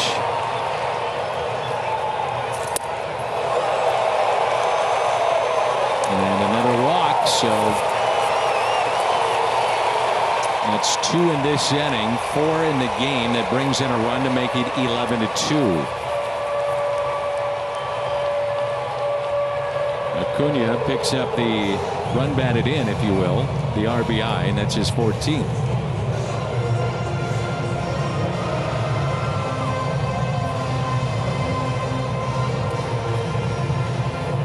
Has been very efficient through the first 4 innings. In this inning, pitch count just getting up. A couple of walks in the inning. Has fallen behind a couple of times. Still have a 9-run lead. Love to see Jack just attack right here. Just go after Dansby Swanson. So 1 out, bases loaded. And a slider taken just a bit low. Swanson tonight fly to right and also grounded back to Flaherty.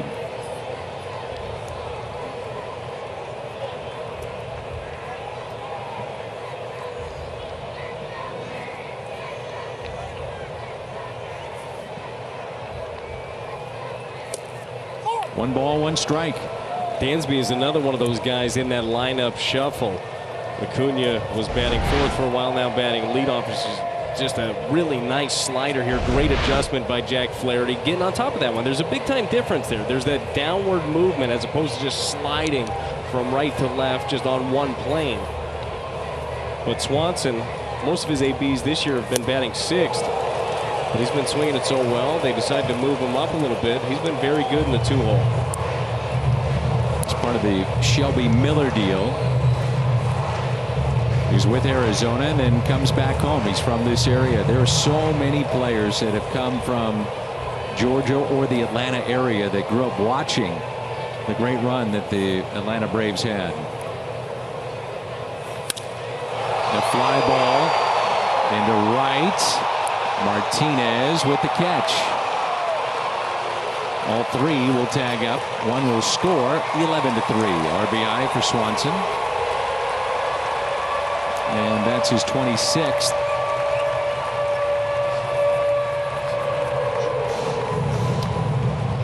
Matt Joyce will be the pinch hitter for Freddie Freeman.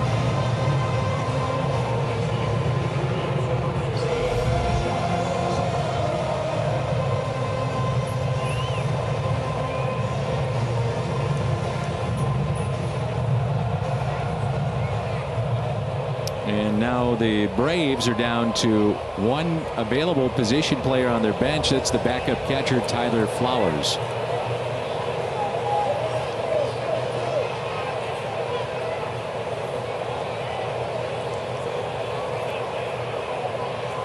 So 2 outs and 2 on. It's a good example of what you're talking about there when he gets underneath that you just slider. kind of see it. You see the big difference. The elbow drops. The ball just doesn't come out the way that you want it to. And there was a long layoff coming into this inning. Cardinals had scored 6 runs in the previous inning. Jack got in on the action, got himself an RBI single. So a lot of downtime. Maybe took him out of his groove a little bit. But I do think that's one of the big parts of as you grow as a pitcher is being able to make adjustments, not just in game, inning to inning, but by pitch to pitch. Good adjustment there, being able to get back into it. The one beforehand, you see the breaking ball just kind of pops out, getting around it instead of on top of it. It's such a subtle difference when you're throwing the ball, but my goodness, does it pay big dividends when you stay behind it, fingers on top of the baseball. And the 1-1 fouled back by Joyce.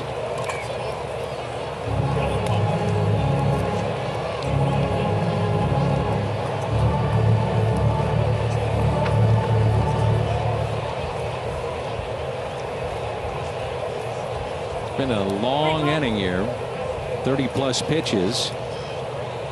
And he's up to 92. As a matter of fact, 33 pitches this inning alone.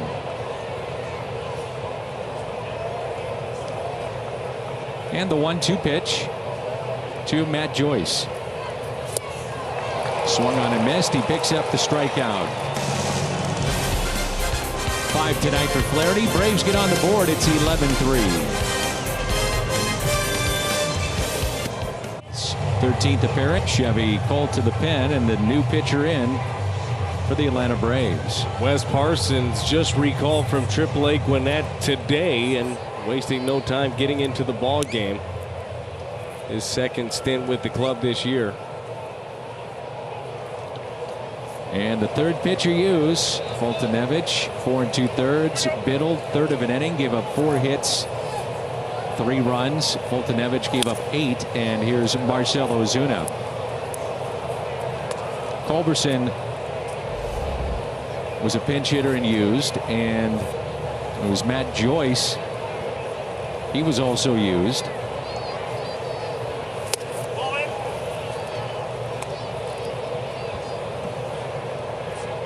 Culberson takes over at first base, stays in the ball game. Remember that Acuna went to center and Camargo came in and left as Ozuna drops to a knee. This is one of those games where you get to wondering how athletic some of your pitchers are in a pinch. You never know. You always got somebody. I think that Mike Schill would love to see an efficient, quick, one more inning out of Flaherty. You don't want to go out on that, do you? Up by 11-0 and give up the 3 runs. Wasn't overly sharp. Couple of walks there in that inning. Yeah, I wouldn't want to go out on that one either, but I also don't know if I'd want to run a pitch count up in a game that you're already winning by 8. He's under 100, right? Yeah, he is. 2-2 the count. That's inside. Did not go. And the count runs full. Ozuna got things started. 3-run homer on a 2-1 pitch back in the first. He's grounded at third and also walked and scored as the Cardinals batted around in the 5th. And here he swings and misses.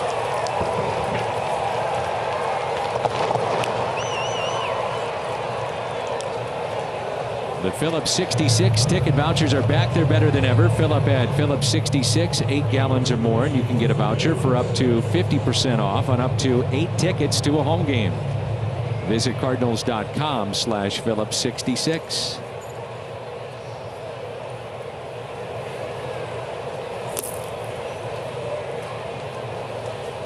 Jose Martinez, a 2-out single back in the 3rd.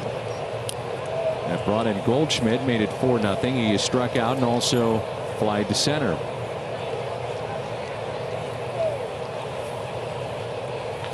And he hits a line drive to left. Camargo is there.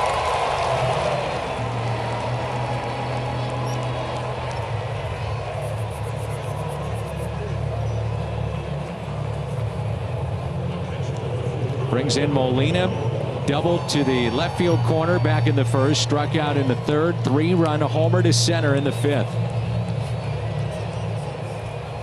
That's a shot of two very good catchers right there, McCann and Molina.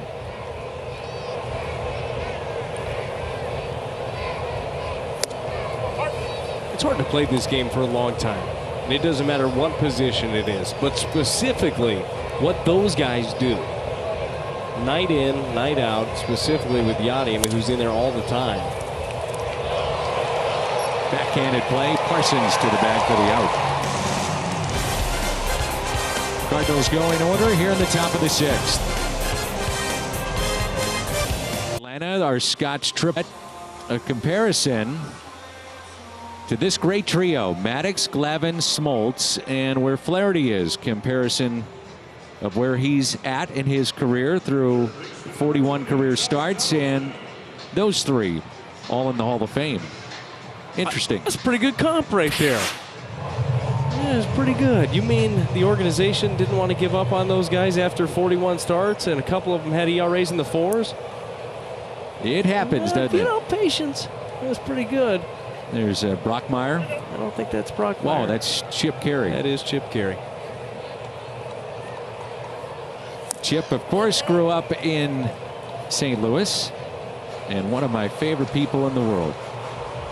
And he would appreciate being compared to Brockmeyer.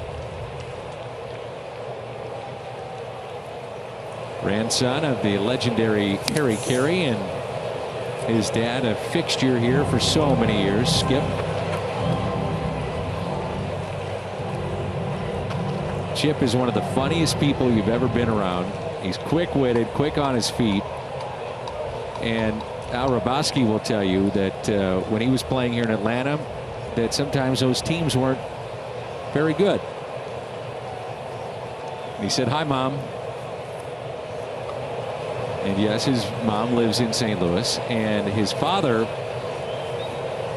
to entertain the folks back at home and listening on radio or television, would be dropping jokes, and let's just say it was a different era. Okay. You could get away with a few things. All right. But he was an entertaining guy. I think that's the best way to put it. Sometimes you have to do that when you're struggling, don't you? Yes. There's a strikeout Flaherty of Donaldson, and that's the first out. There's a famous picture of Chip and Harry and Skip all together at Wrigley Field, and there's the sudden passing of Harry, and then Chip took over there and then wanted to be closer to his dad, so took the job down here, and Chip has been doing Braves baseball for a long time. Incredibly talented family. He's a great guy. Here's Nick Markakis. Walked and scored. Flaherty now has struck out 6 tonight.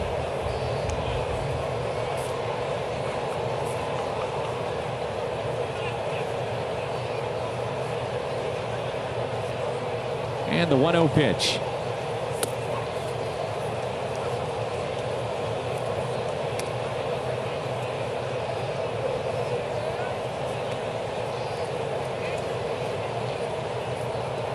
Markakis had other offers to go for longer deals, but wanted to stay here with the Atlanta Braves. From this area, wanted to stay home, did not want to uproot his family. Had some great years, you may recall, with Baltimore. Very good years. Sometimes you just find a good fit. I think Markakis has made a ton of money in this ball game. Sometimes if the family's happy, you don't have to uproot everybody, and you get an opportunity also to play for a team that's doing a lot of winning. Yeah. Won the division last year. It's a good spot for him and a great sign by the Braves to bring him back. Takes another walk. That's now 5 walks issued by Flaherty. Well, if you can't take us with you, or you're headed to maybe the Blues game tomorrow, Fox Sports Go. Check out Cardinals baseball presented by T-Mobile. Congratulations to the Blues, earning a split in San Jose, and that will be a madhouse tomorrow at Enterprise Center. Can't wait.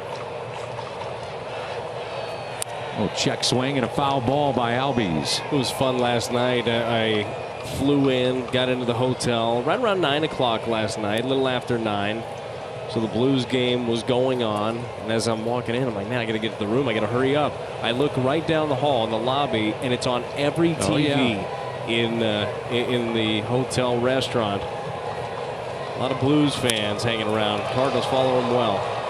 Ozuna racing in. He'll make the catch, and that's out number 2. Walking around our team hotel, and even in this area, folks with Blues shirts, Blues hats. Yep. At the airport yesterday, loaded with people that had Blues garb attached somewhere. To me, that's what sports does. Like, there's nothing else that, at least in my life, there's nothing else that brings people together like that. There's nothing else that starts a random conversation like a Blues jersey in Atlanta or just any, I don't know, any team apparel. I love it. It's been fun to watch. So 2 outs and a runner at first. That pitch taken outside. Well, Brian Snitker, I would imagine he'd like to maybe, even though they're coming off an off day, rest some of the regulars, but he's down to 1 regular on his bench, and that's Tyler Flowers. Yeah, sorry if anybody comes up with the flu right now, but we're going to need you to play through that. And that's where I was going with it. I mean, you know, Freeman, you got to get him out there and see if he wants to play. If he says yes, you put him in there. He said yes, but became 11-0 and get him out dealing with the flu. Say, hey, Freddie, remember when you said yes? You're going to be good for the whole time now, because we're going to need you to be. Send him home. Why not? That's fine.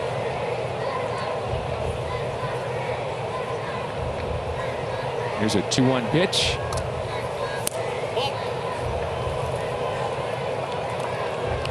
That stuff could run through a ball club very quickly. I'm pretty sure everybody that's listening to us has had the flu at some point. Knows how debilitating that can be. And the 3-1 lifted in the air. Ozuna under it, makes the catch.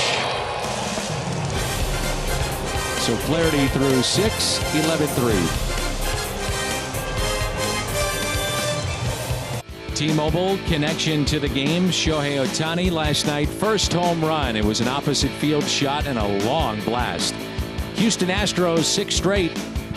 4 home runs in back-to-back games, 31 in the month of May already, and the Brewers have lost 3 straight, 3 games below the 500 mark away from Miller Park. Gateway Honda home run inning. Cardinals hit a home run. Gateway Honda dealers donate $1,000 to the Make-A-Wish Foundation of Missouri.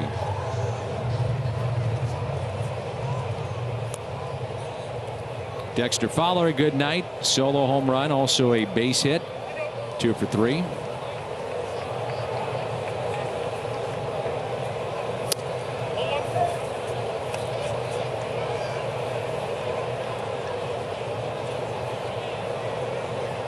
We were talking about the Braves having some guys where you'd love to just, give them a rest, dealing with some things.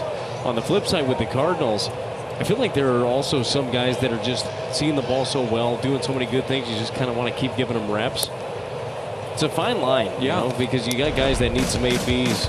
And this is a guy that's seeing the ball really well. 4th inning from the left side, first pitch, deposits this thing, knows right off the bat that it's gone. And the StatCast AI powered by AWS.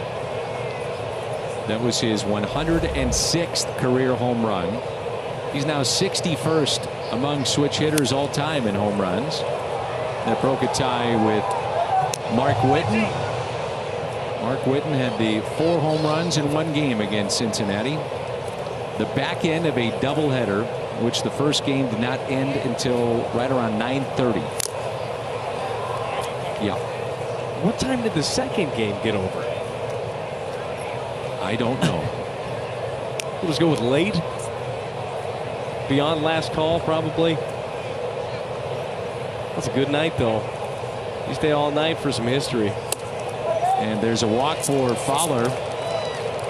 The night he hit his 4, teammates, they had a little fun with him. They had the red equipment bag, so they made like I talked to Mark about this a couple years ago. They had a couple of champagne bottles waiting for him, but then saluted him by making kind of the red carpet out of the bags as he walked in.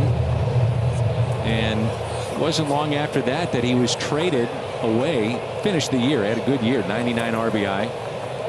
But then Scott Cooper came home to St. Louis and played third base after he was a 2-time All-Star with the Boston Red Sox. And Scott from Pattonville High School and living in St. Louis and teaching youngsters the game of baseball. Harrison Bader has moved to the on-deck circle as Wong gets into one out to left. And Fowler back to the bag at first. And there's one away.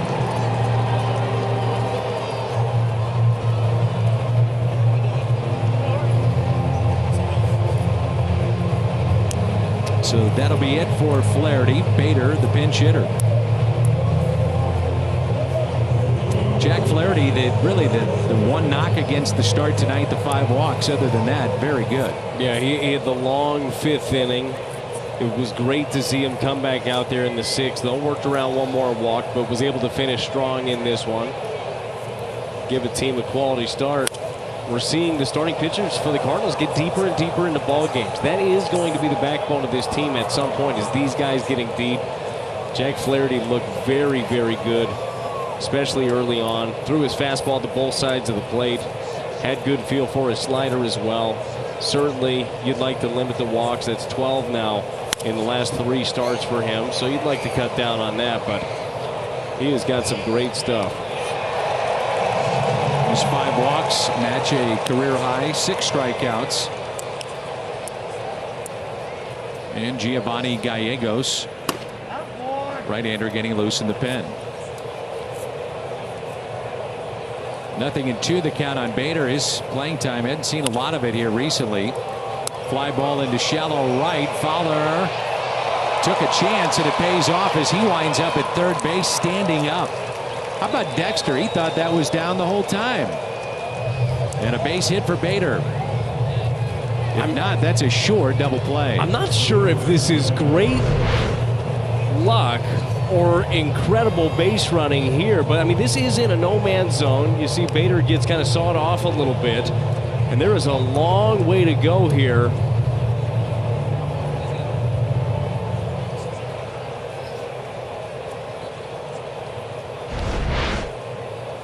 Either way, it worked out. And a ground ball into the shift. And a double play off the bat of Carpenter. Time to stretch here in Atlanta. 11-3.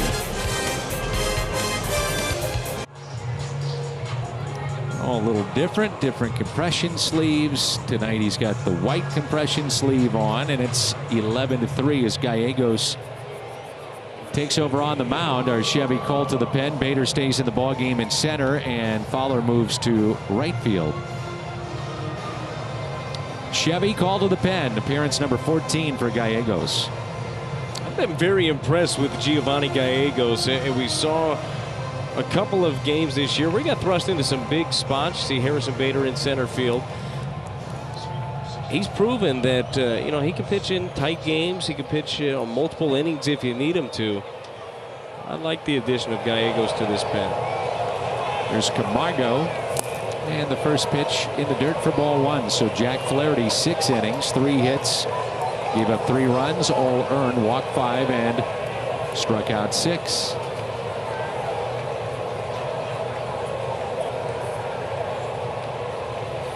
And the 1-0. Hit the other way. Pretty well hit by Camargo. Near the sidewall, and Ozuna almost had it. Great effort by Marcel. He almost had that. Well, you see him. He's a little bit mad that he didn't get it. Times this jump really well. It just missed it. A good effort right there by Marcel Ozuna. A like him better on sidewalls than the outfield wall. Yeah, I mean, had he just climbed a little higher, you know, if he had worked on that at some point.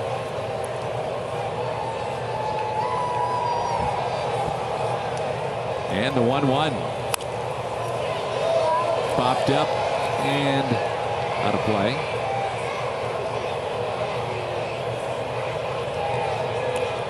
Budweiser, what's on tap? Waka against a young man that the Braves had that has emerged here this year, and then Waino against the team that originally drafted him in Julio Teheran. Should be a couple of good pitching pairings here. And the Cardinals recently, their starters are getting deeper and deeper into ball games. Hopefully that is a trend that continues throughout the season. Soroka, as you mentioned, he's pretty filthy. He's straight over the top. He's got heavy sink, good off speed. He attacks. It'll be a tough challenge. And the 2-2.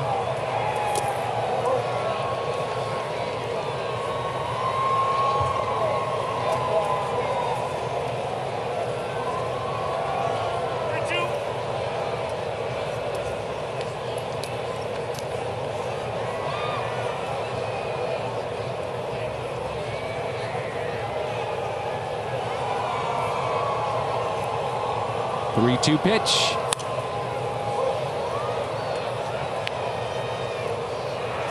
And a pitch arsenal on the Cardinal right-hander. A lot of fastballs, a lot of sliders.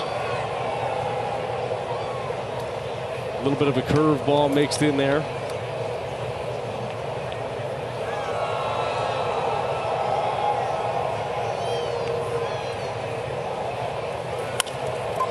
Jammed him a bit. Backhanded by Wong. Off balance throw. The pick by Goldschmidt.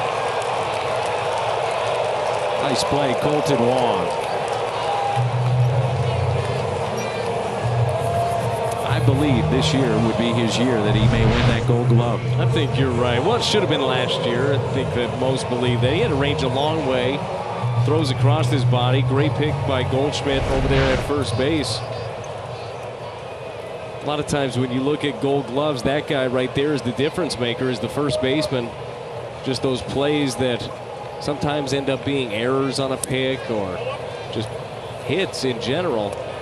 Well, even on that play, just throwing it in the vicinity of Goldschmidt, you think you're going to have a chance. Well, there's a confidence in that. Yeah. We've seen Colton Wong. He's got big time range, can do a lot of different things. You see the Hyundai pitch arsenal there. Throws a little change up as well. There's Charlie Culberson. Pinch hit back in the 5th and stayed in the ballgame. Culberson coming off a very good season, but playing time really limited with the addition of Donaldson, the emergence of Acuna, Albies. So his playing time has been cut.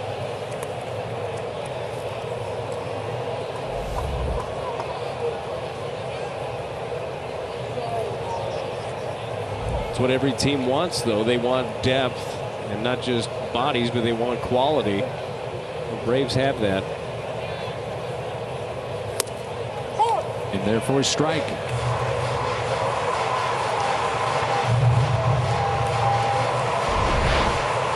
The slider has been very effective for Giovanni Gallegos. Right there in a hitter's count, 2-1.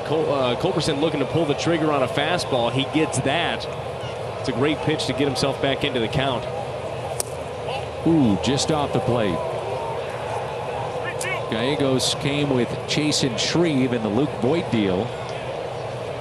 Shreve is appeared in 14 games at Memphis. ERA over 5, almost 6. 9 walks in 16 innings. Held on to by Molina, and a strikeout for Gallegos.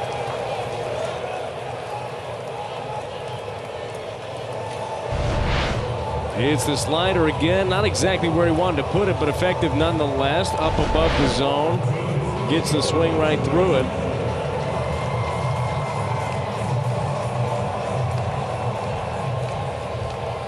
Here's Acuna.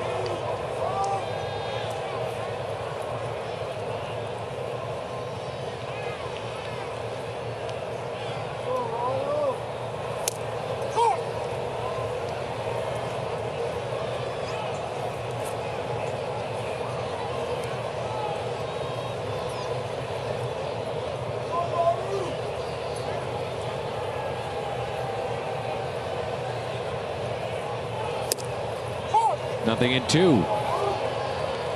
Acuna, bases loaded walk. Back in inning number 5. Grounded out to third and was called out on strikes. And the 0-2. Nice way to start this road trip from the Cardinals' perspective in terms of home run early. Flaherty, yeah, he was missing with some pitches, but 3 hits allowed. See if they can't build on this.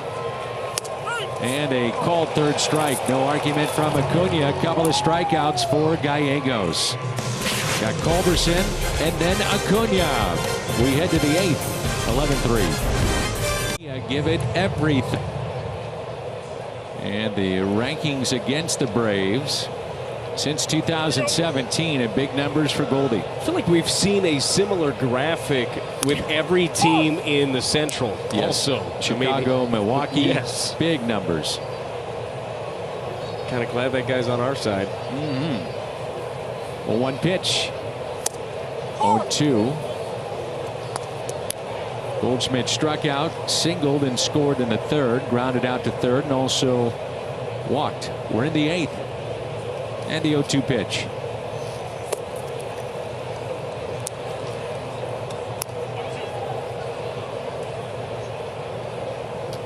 So Parsons now in his 3rd inning of work, saving that pen here for the Atlanta Braves. In the dirt.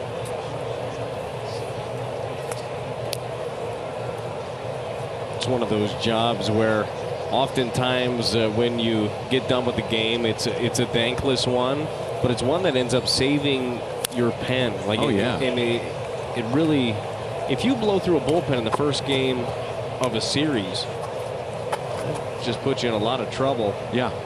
It's a great job Parsons has been able to do thus far. 2-2. And a strikeout of Goldschmidt.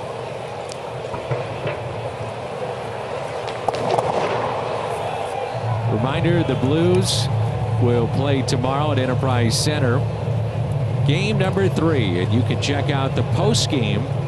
The guys that have been there from the first drop of the puck this season. They'll have your post game show.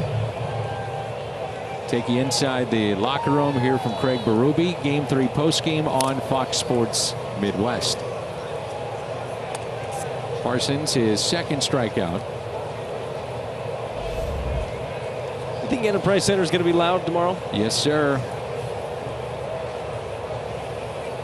It's a fun atmosphere where you can just feel it. Loudest I ever heard it was, and I've not, we've been working, so I haven't had a chance to go to a playoff game, but Gretzky's first game in St. Louis, place literally was shaking. And I've been told that the game against the Blackhawks, by some that are there every night, that may have been the loudest, but also Game 7 against the Stars when Maroon scored. Here's a 1-2 pitch. Taken low, 2-2.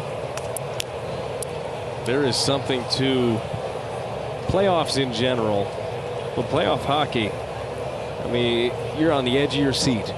Every little thing that happens.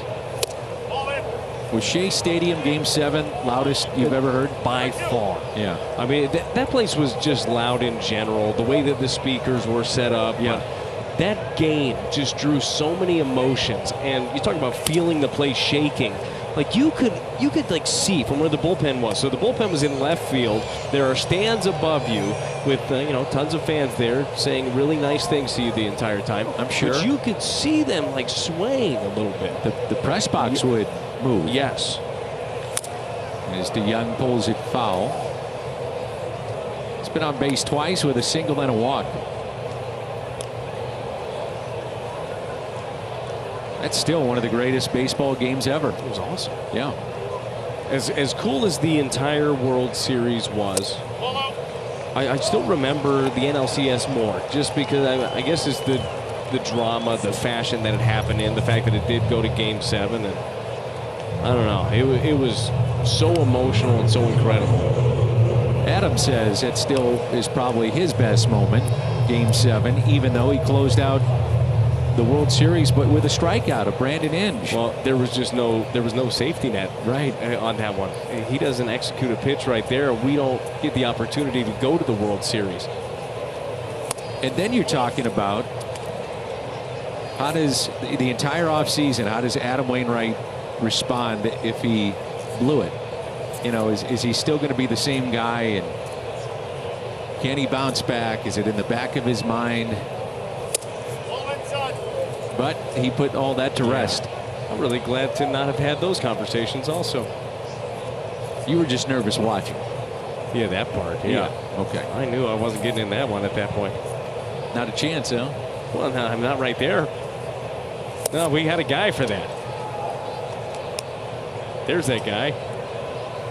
Oh, Uncle Charlie. He's been showing that off quite a bit this year, too. Throwing it a ton. He is. He's throwing it different ways. He might not have the exact same stuff that he had, but that dude knows how to pitch. He knows how to set up hitters. Hey, I'm not saying it's Brock for Brolio. Lou Brock's in the Hall of Fame, 3,000 plus hits as Ozuna hits it sharply, and he is out at first. But Wainwright, Jason Marquis, Ray King, in exchange for J.D. Drew and Eli Marrero in 2003 is one of the great deals in the history of the Cardinals organization. And they will not challenge, even though it looked like he may have been safe, but up by 8 runs. This might be one of your unwritten rules in the game. Don't challenge up by 8 late. And then you got to talk to Marcel White. Sorry, Have fun, Marcel. Mike. Coming up on Sunday, May 26th, you have the top, the straw, and some of your favorite players right around that tumbler. And that's Sunday, May 26th. Kudos to Megan Eberhardt, Cal Cassidy for the job they've done for the Cardinals in terms of the promotions. Largest crowd ever on Sunday at Busch Stadium 3. Largest ever. That's unbelievable. Yeah. The giveaways are sweet. Done a great job with those. Dominic Leone into the ball game. Jairo Munoz in left field. Matt Wieters, the new catcher. And those are the changes for the Cardinals. Speaking of the giveaways, Dan, I suddenly dropped a couple of hints a few weeks ago about a Yadi tumbler, a red one. I wasn't working for those games, but I thought maybe I have a friend who could get me one of those. And that friend was like, "Oh yeah, of course, I got you." Did you get me one of those? I did. I did not have enough room in my suitcase to bring it. But I did. Okay. I went right to Megan and I said, Brad needs a tumbler. She said, no problem. And Tom Mee, our director, he got 3. Did he really? Yeah. He wanted 3. He loves a good tumbler. He sure does. Collects them, I think.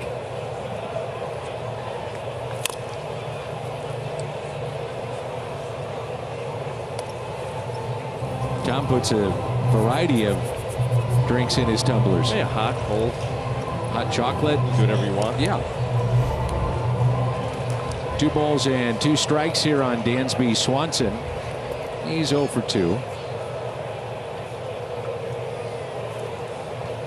Remember, the Braves are down to 1 position player on their bench.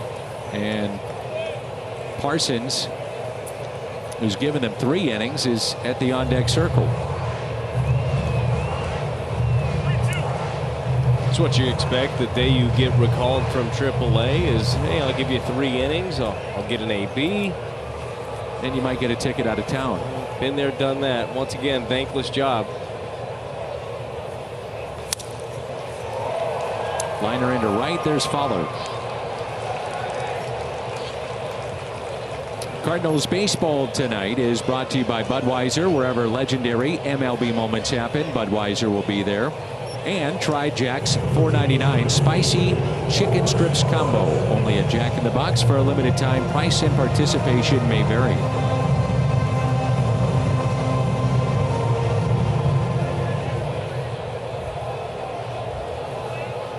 So Parsons will hit. Takes a mighty cut. Look, if you're going to get an AB, Just let it rip. Yes. Yes. You might actually walk into one. You never know. That's your typical pitcher swing right there. You step in the bucket a little bit, and if he makes a mistake on the inner half, you have a chance to put a bat on it. If he doesn't, it looks a little bit like that. Now, a lot of these guys were good players in high school or maybe college. Some were two-way players in college. Yeah, I don't care how good you are for a long time. You take a couple of years off doing something every day, and then you face these guys, a little bit different.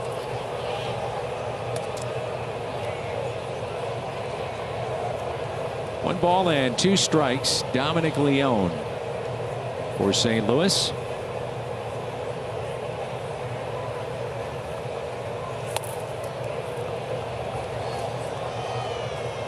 Two and two.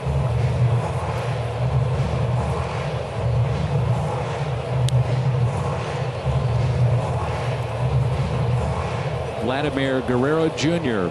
gets his first home run in the big leagues. 438 feet in San Francisco. And there's a strikeout of Parsons. He's gotten off to a slow start, but I'm not going to bet against him. You seen that kid's bat speed? Yes, it's crazy ridiculous. quick. By the way, his glove, I know that when you look at him, you don't think that he would move incredibly well. He's got a good glove, too. He'll be a good player. Big body. Yeah, big kid. Moves. Here's Josh Donaldson. So with Vladimir Guerrero Jr. coming, Donaldson, in a way, became expendable. Finished up last season with the Cleveland Indians. And as you talked about, dealt with a lot of injuries. Guys like this, though, don't fall off trees. I mean, he's a good player. Right. And I really don't believe there's anything, there's no such thing as a bad one-year deal. So the Braves get him 1 year. It's $23 million. It's a lot. I believe it to be the biggest one-year deal it is that has ever been given out. But look, you get a guy that has, MVP numbers in the past. You hope that you can keep him healthy. You have a lot of young talent around already. The hope is, maybe he's a missing link for you. And if you're a team that does not perform to expectations and you're out of the race, trade him. Get stockpile. Add to all the youth, all the talent that the organization already has.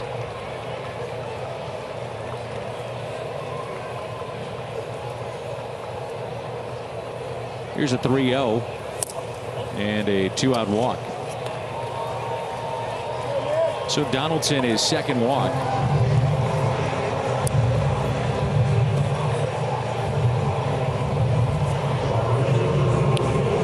This copyrighted telecast presented by the authority of the Cardinals and may not be reproduced or retransmitted in any form. And the accounts and descriptions of this game may not be disseminated without the express written consent of the St. Louis Cardinals. With Brad Thompson, Jim Hayes, I'm Dan McLaughlin, our entire Fox Sports Midwest crew. Here's Nick Markakis, and strike one. Tom Mee, our director, Bill Cochran producing tonight, Brian McCann, not the catcher, but we have a Brian McCann in our truck. And always Keith O'Brien and his top assistant, Keith Oberman, with us. Here's a 1-0 pitch to Markakis. I saw that you received some notes prior to this trip from Chet Willoughby, one of the great statisticians. Look, I feel like I'm not doing my due diligence if, in fact, I don't reach out to every single asset that we have. And that includes Chet. Well, Chet's one of the best. Here's a 1-1 pitch. Popped foul and out of play.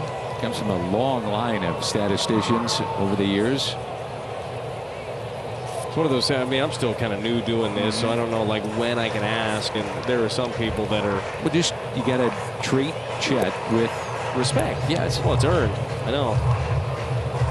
But like I'm just kind of a nobody, I don't want to be like, hey, Chet, do you mind digging into? You flash him the 06 ring. I saw it. No, I had to. It was like an entrance fee. Strikeout for Dominic Leone, and 2 in the inning. Sends us to inning number 9. Scoreless frame for Dominic Leone. FIFA Women's kicks off June 7th, right around the corner. All eyes will be on Team USA. They'll have a tune-up, by the way, coming up at Busch Stadium. And they're going to try to win historic 4th World Cup. All matches live on Fox and FS1. Here's Johnny Venters, takes over for Parsons, and Venters will have the 9th inning.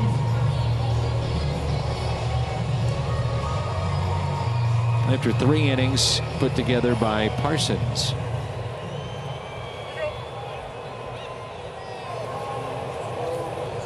Parsons did a nice job with just 1 hit allowed.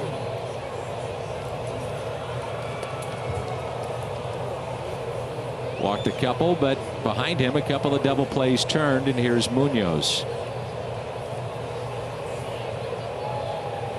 That pitch in the dirt, and it's 2 balls and no strikes.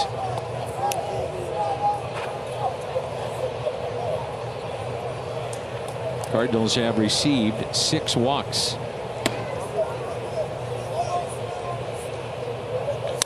And Munoz, a base hit into left. All he does is hit. He's done a nice job. It's a difficult job for a young player who had been used to playing a lot to get used to this role. And then you come in late in games, you've been sitting around, taking ABs, taking hacks in the tunnel. To come out and put together a good AB, he does so here.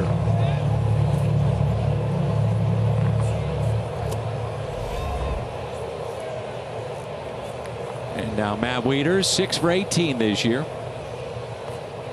No play behind the runner. And that pitch a strike.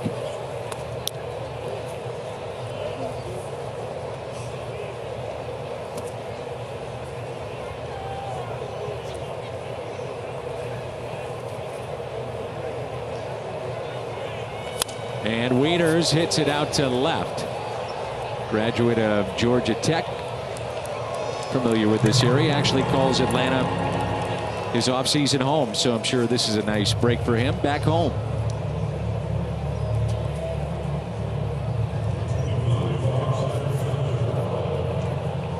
Dexter Fowler on base 3 times.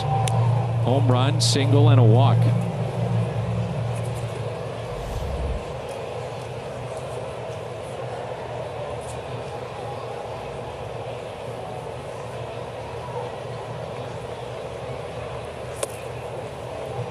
Just don't see him chasing nearly as many pitches as he did a year ago. No, he's not at all. And he's also unleashing on good pitches. I mean, he's got a great approach right now. The hands are faster.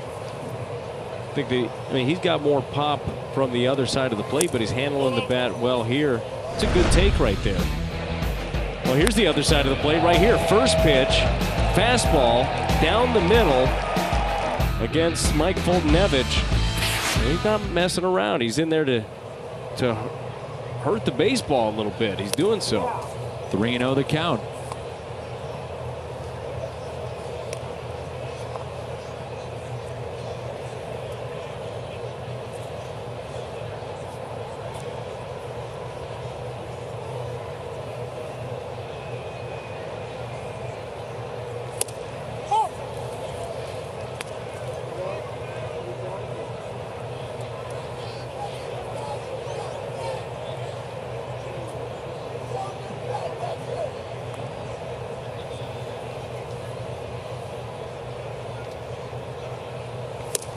And he draws a walk, so on base 4 times tonight.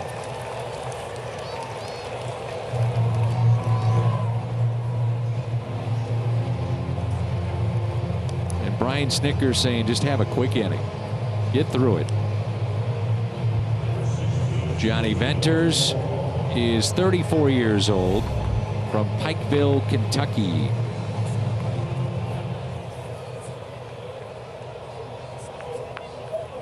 He's one of those guys that's had double Tommy John surgery. Both arms? Be on the left. Oh. I don't know if it was a new technique. I could see where you maybe think that. Like, man, this guy's crazy. No, it was just on the left. Came up with the Braves back in 2010.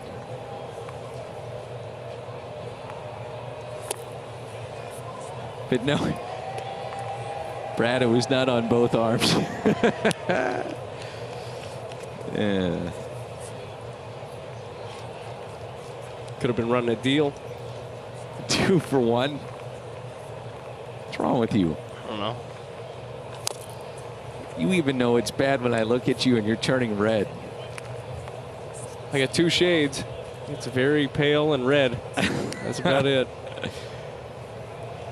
I was trying to, in all seriousness, though, having Tommy John twice. The first time, I had it once. The rehab it's monotonous. It's mentally taxing. And then to have to go through it a second time and to be able to come back, that's tough. It's commendable, too. I mean, I get it. It's your livelihood. It's what you do for a living. You know, you have the surgery. You got to do what you got to do. But it's not an easy thing to do. It was a 16th pick by the Braves long time ago.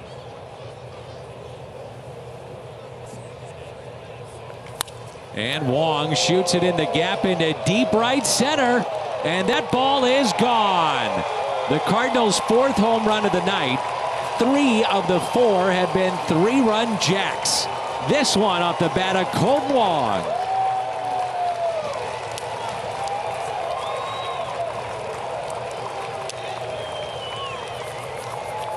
His 2nd hit tonight.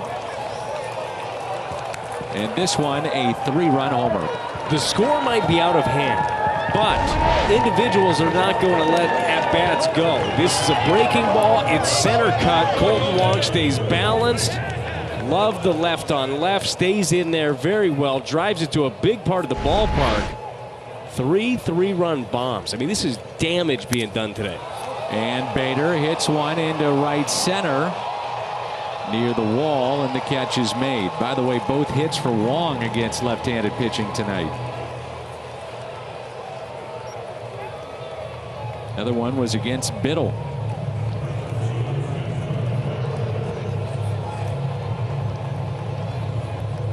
And don't think for a second that Mike Schilt won't take that into account when you have a tough lefty on the mound. And you say, well, where's Wong right now?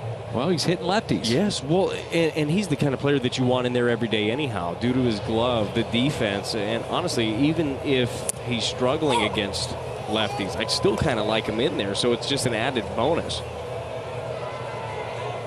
Well, the 4 home runs, that's ties a season high, but the most they've hit in the U.S.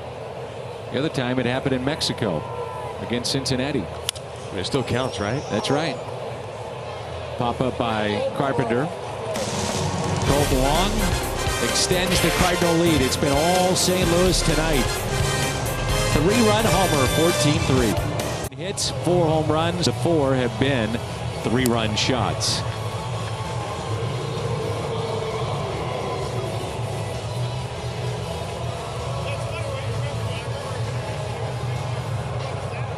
So it's our Chevy call to the pen and Luke Gregerson into the ball game.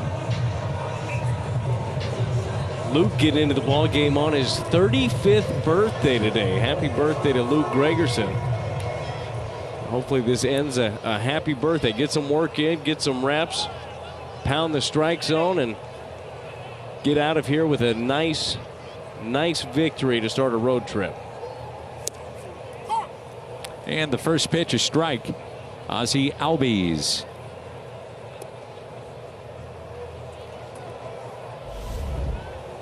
Well, it looks like the Cardinals will come away with a win tonight and do it in a convincing fashion. Jack Flaherty, starter tonight. 6 innings, 3 hits, 3 runs, did walk 5, struck out 6. We've seen Gallegos, we've seen Leone, and now Luke Gregerson.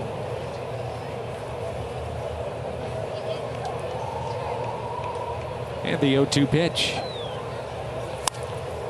Popped up. Carpenter over in foul ground and makes the catch.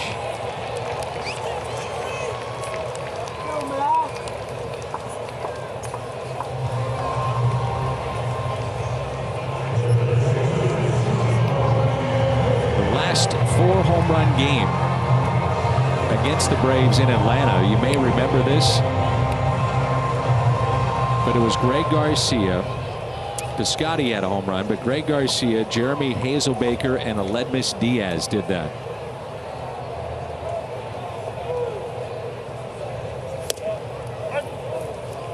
How about when Hazelbaker came up?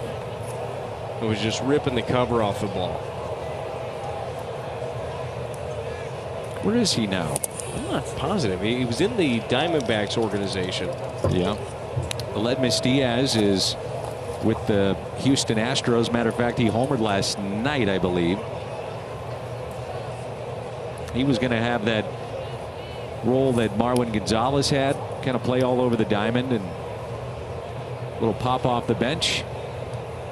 Here's a 1-1 to Brian McCann.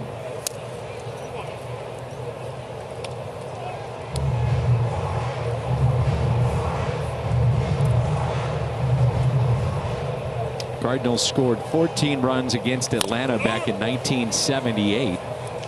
Goldschmidt will take that.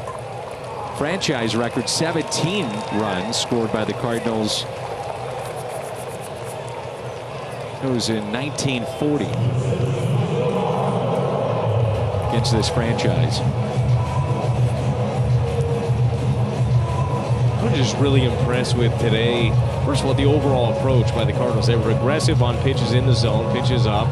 They were patient on stuff off the plate, didn't chase a lot, and putting up multiple crooked number innings, piling on in this game.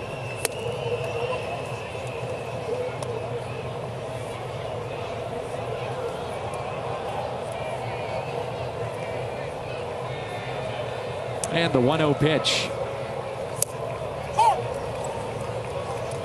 Well, with Carlos Martinez coming back, you would assume, against Texas, Cardinals, now things have a way of working themselves out. Many times somebody gets injured or whatever the case may be, but they're going to have a decision coming up.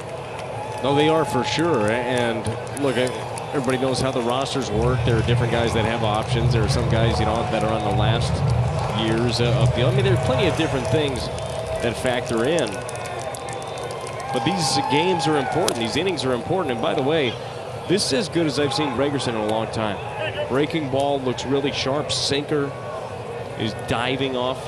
He looks really good right here. But it's a good problem to have, having a guy like Carlos Martinez. And the hope is, once again, that he will be back over the weekend in Texas. Adds another arm, adds some versatility, possibly adds a couple of innings. That bridge to the back end of the bullpen, but always is that corresponding move. Crowd of 23,718 tonight.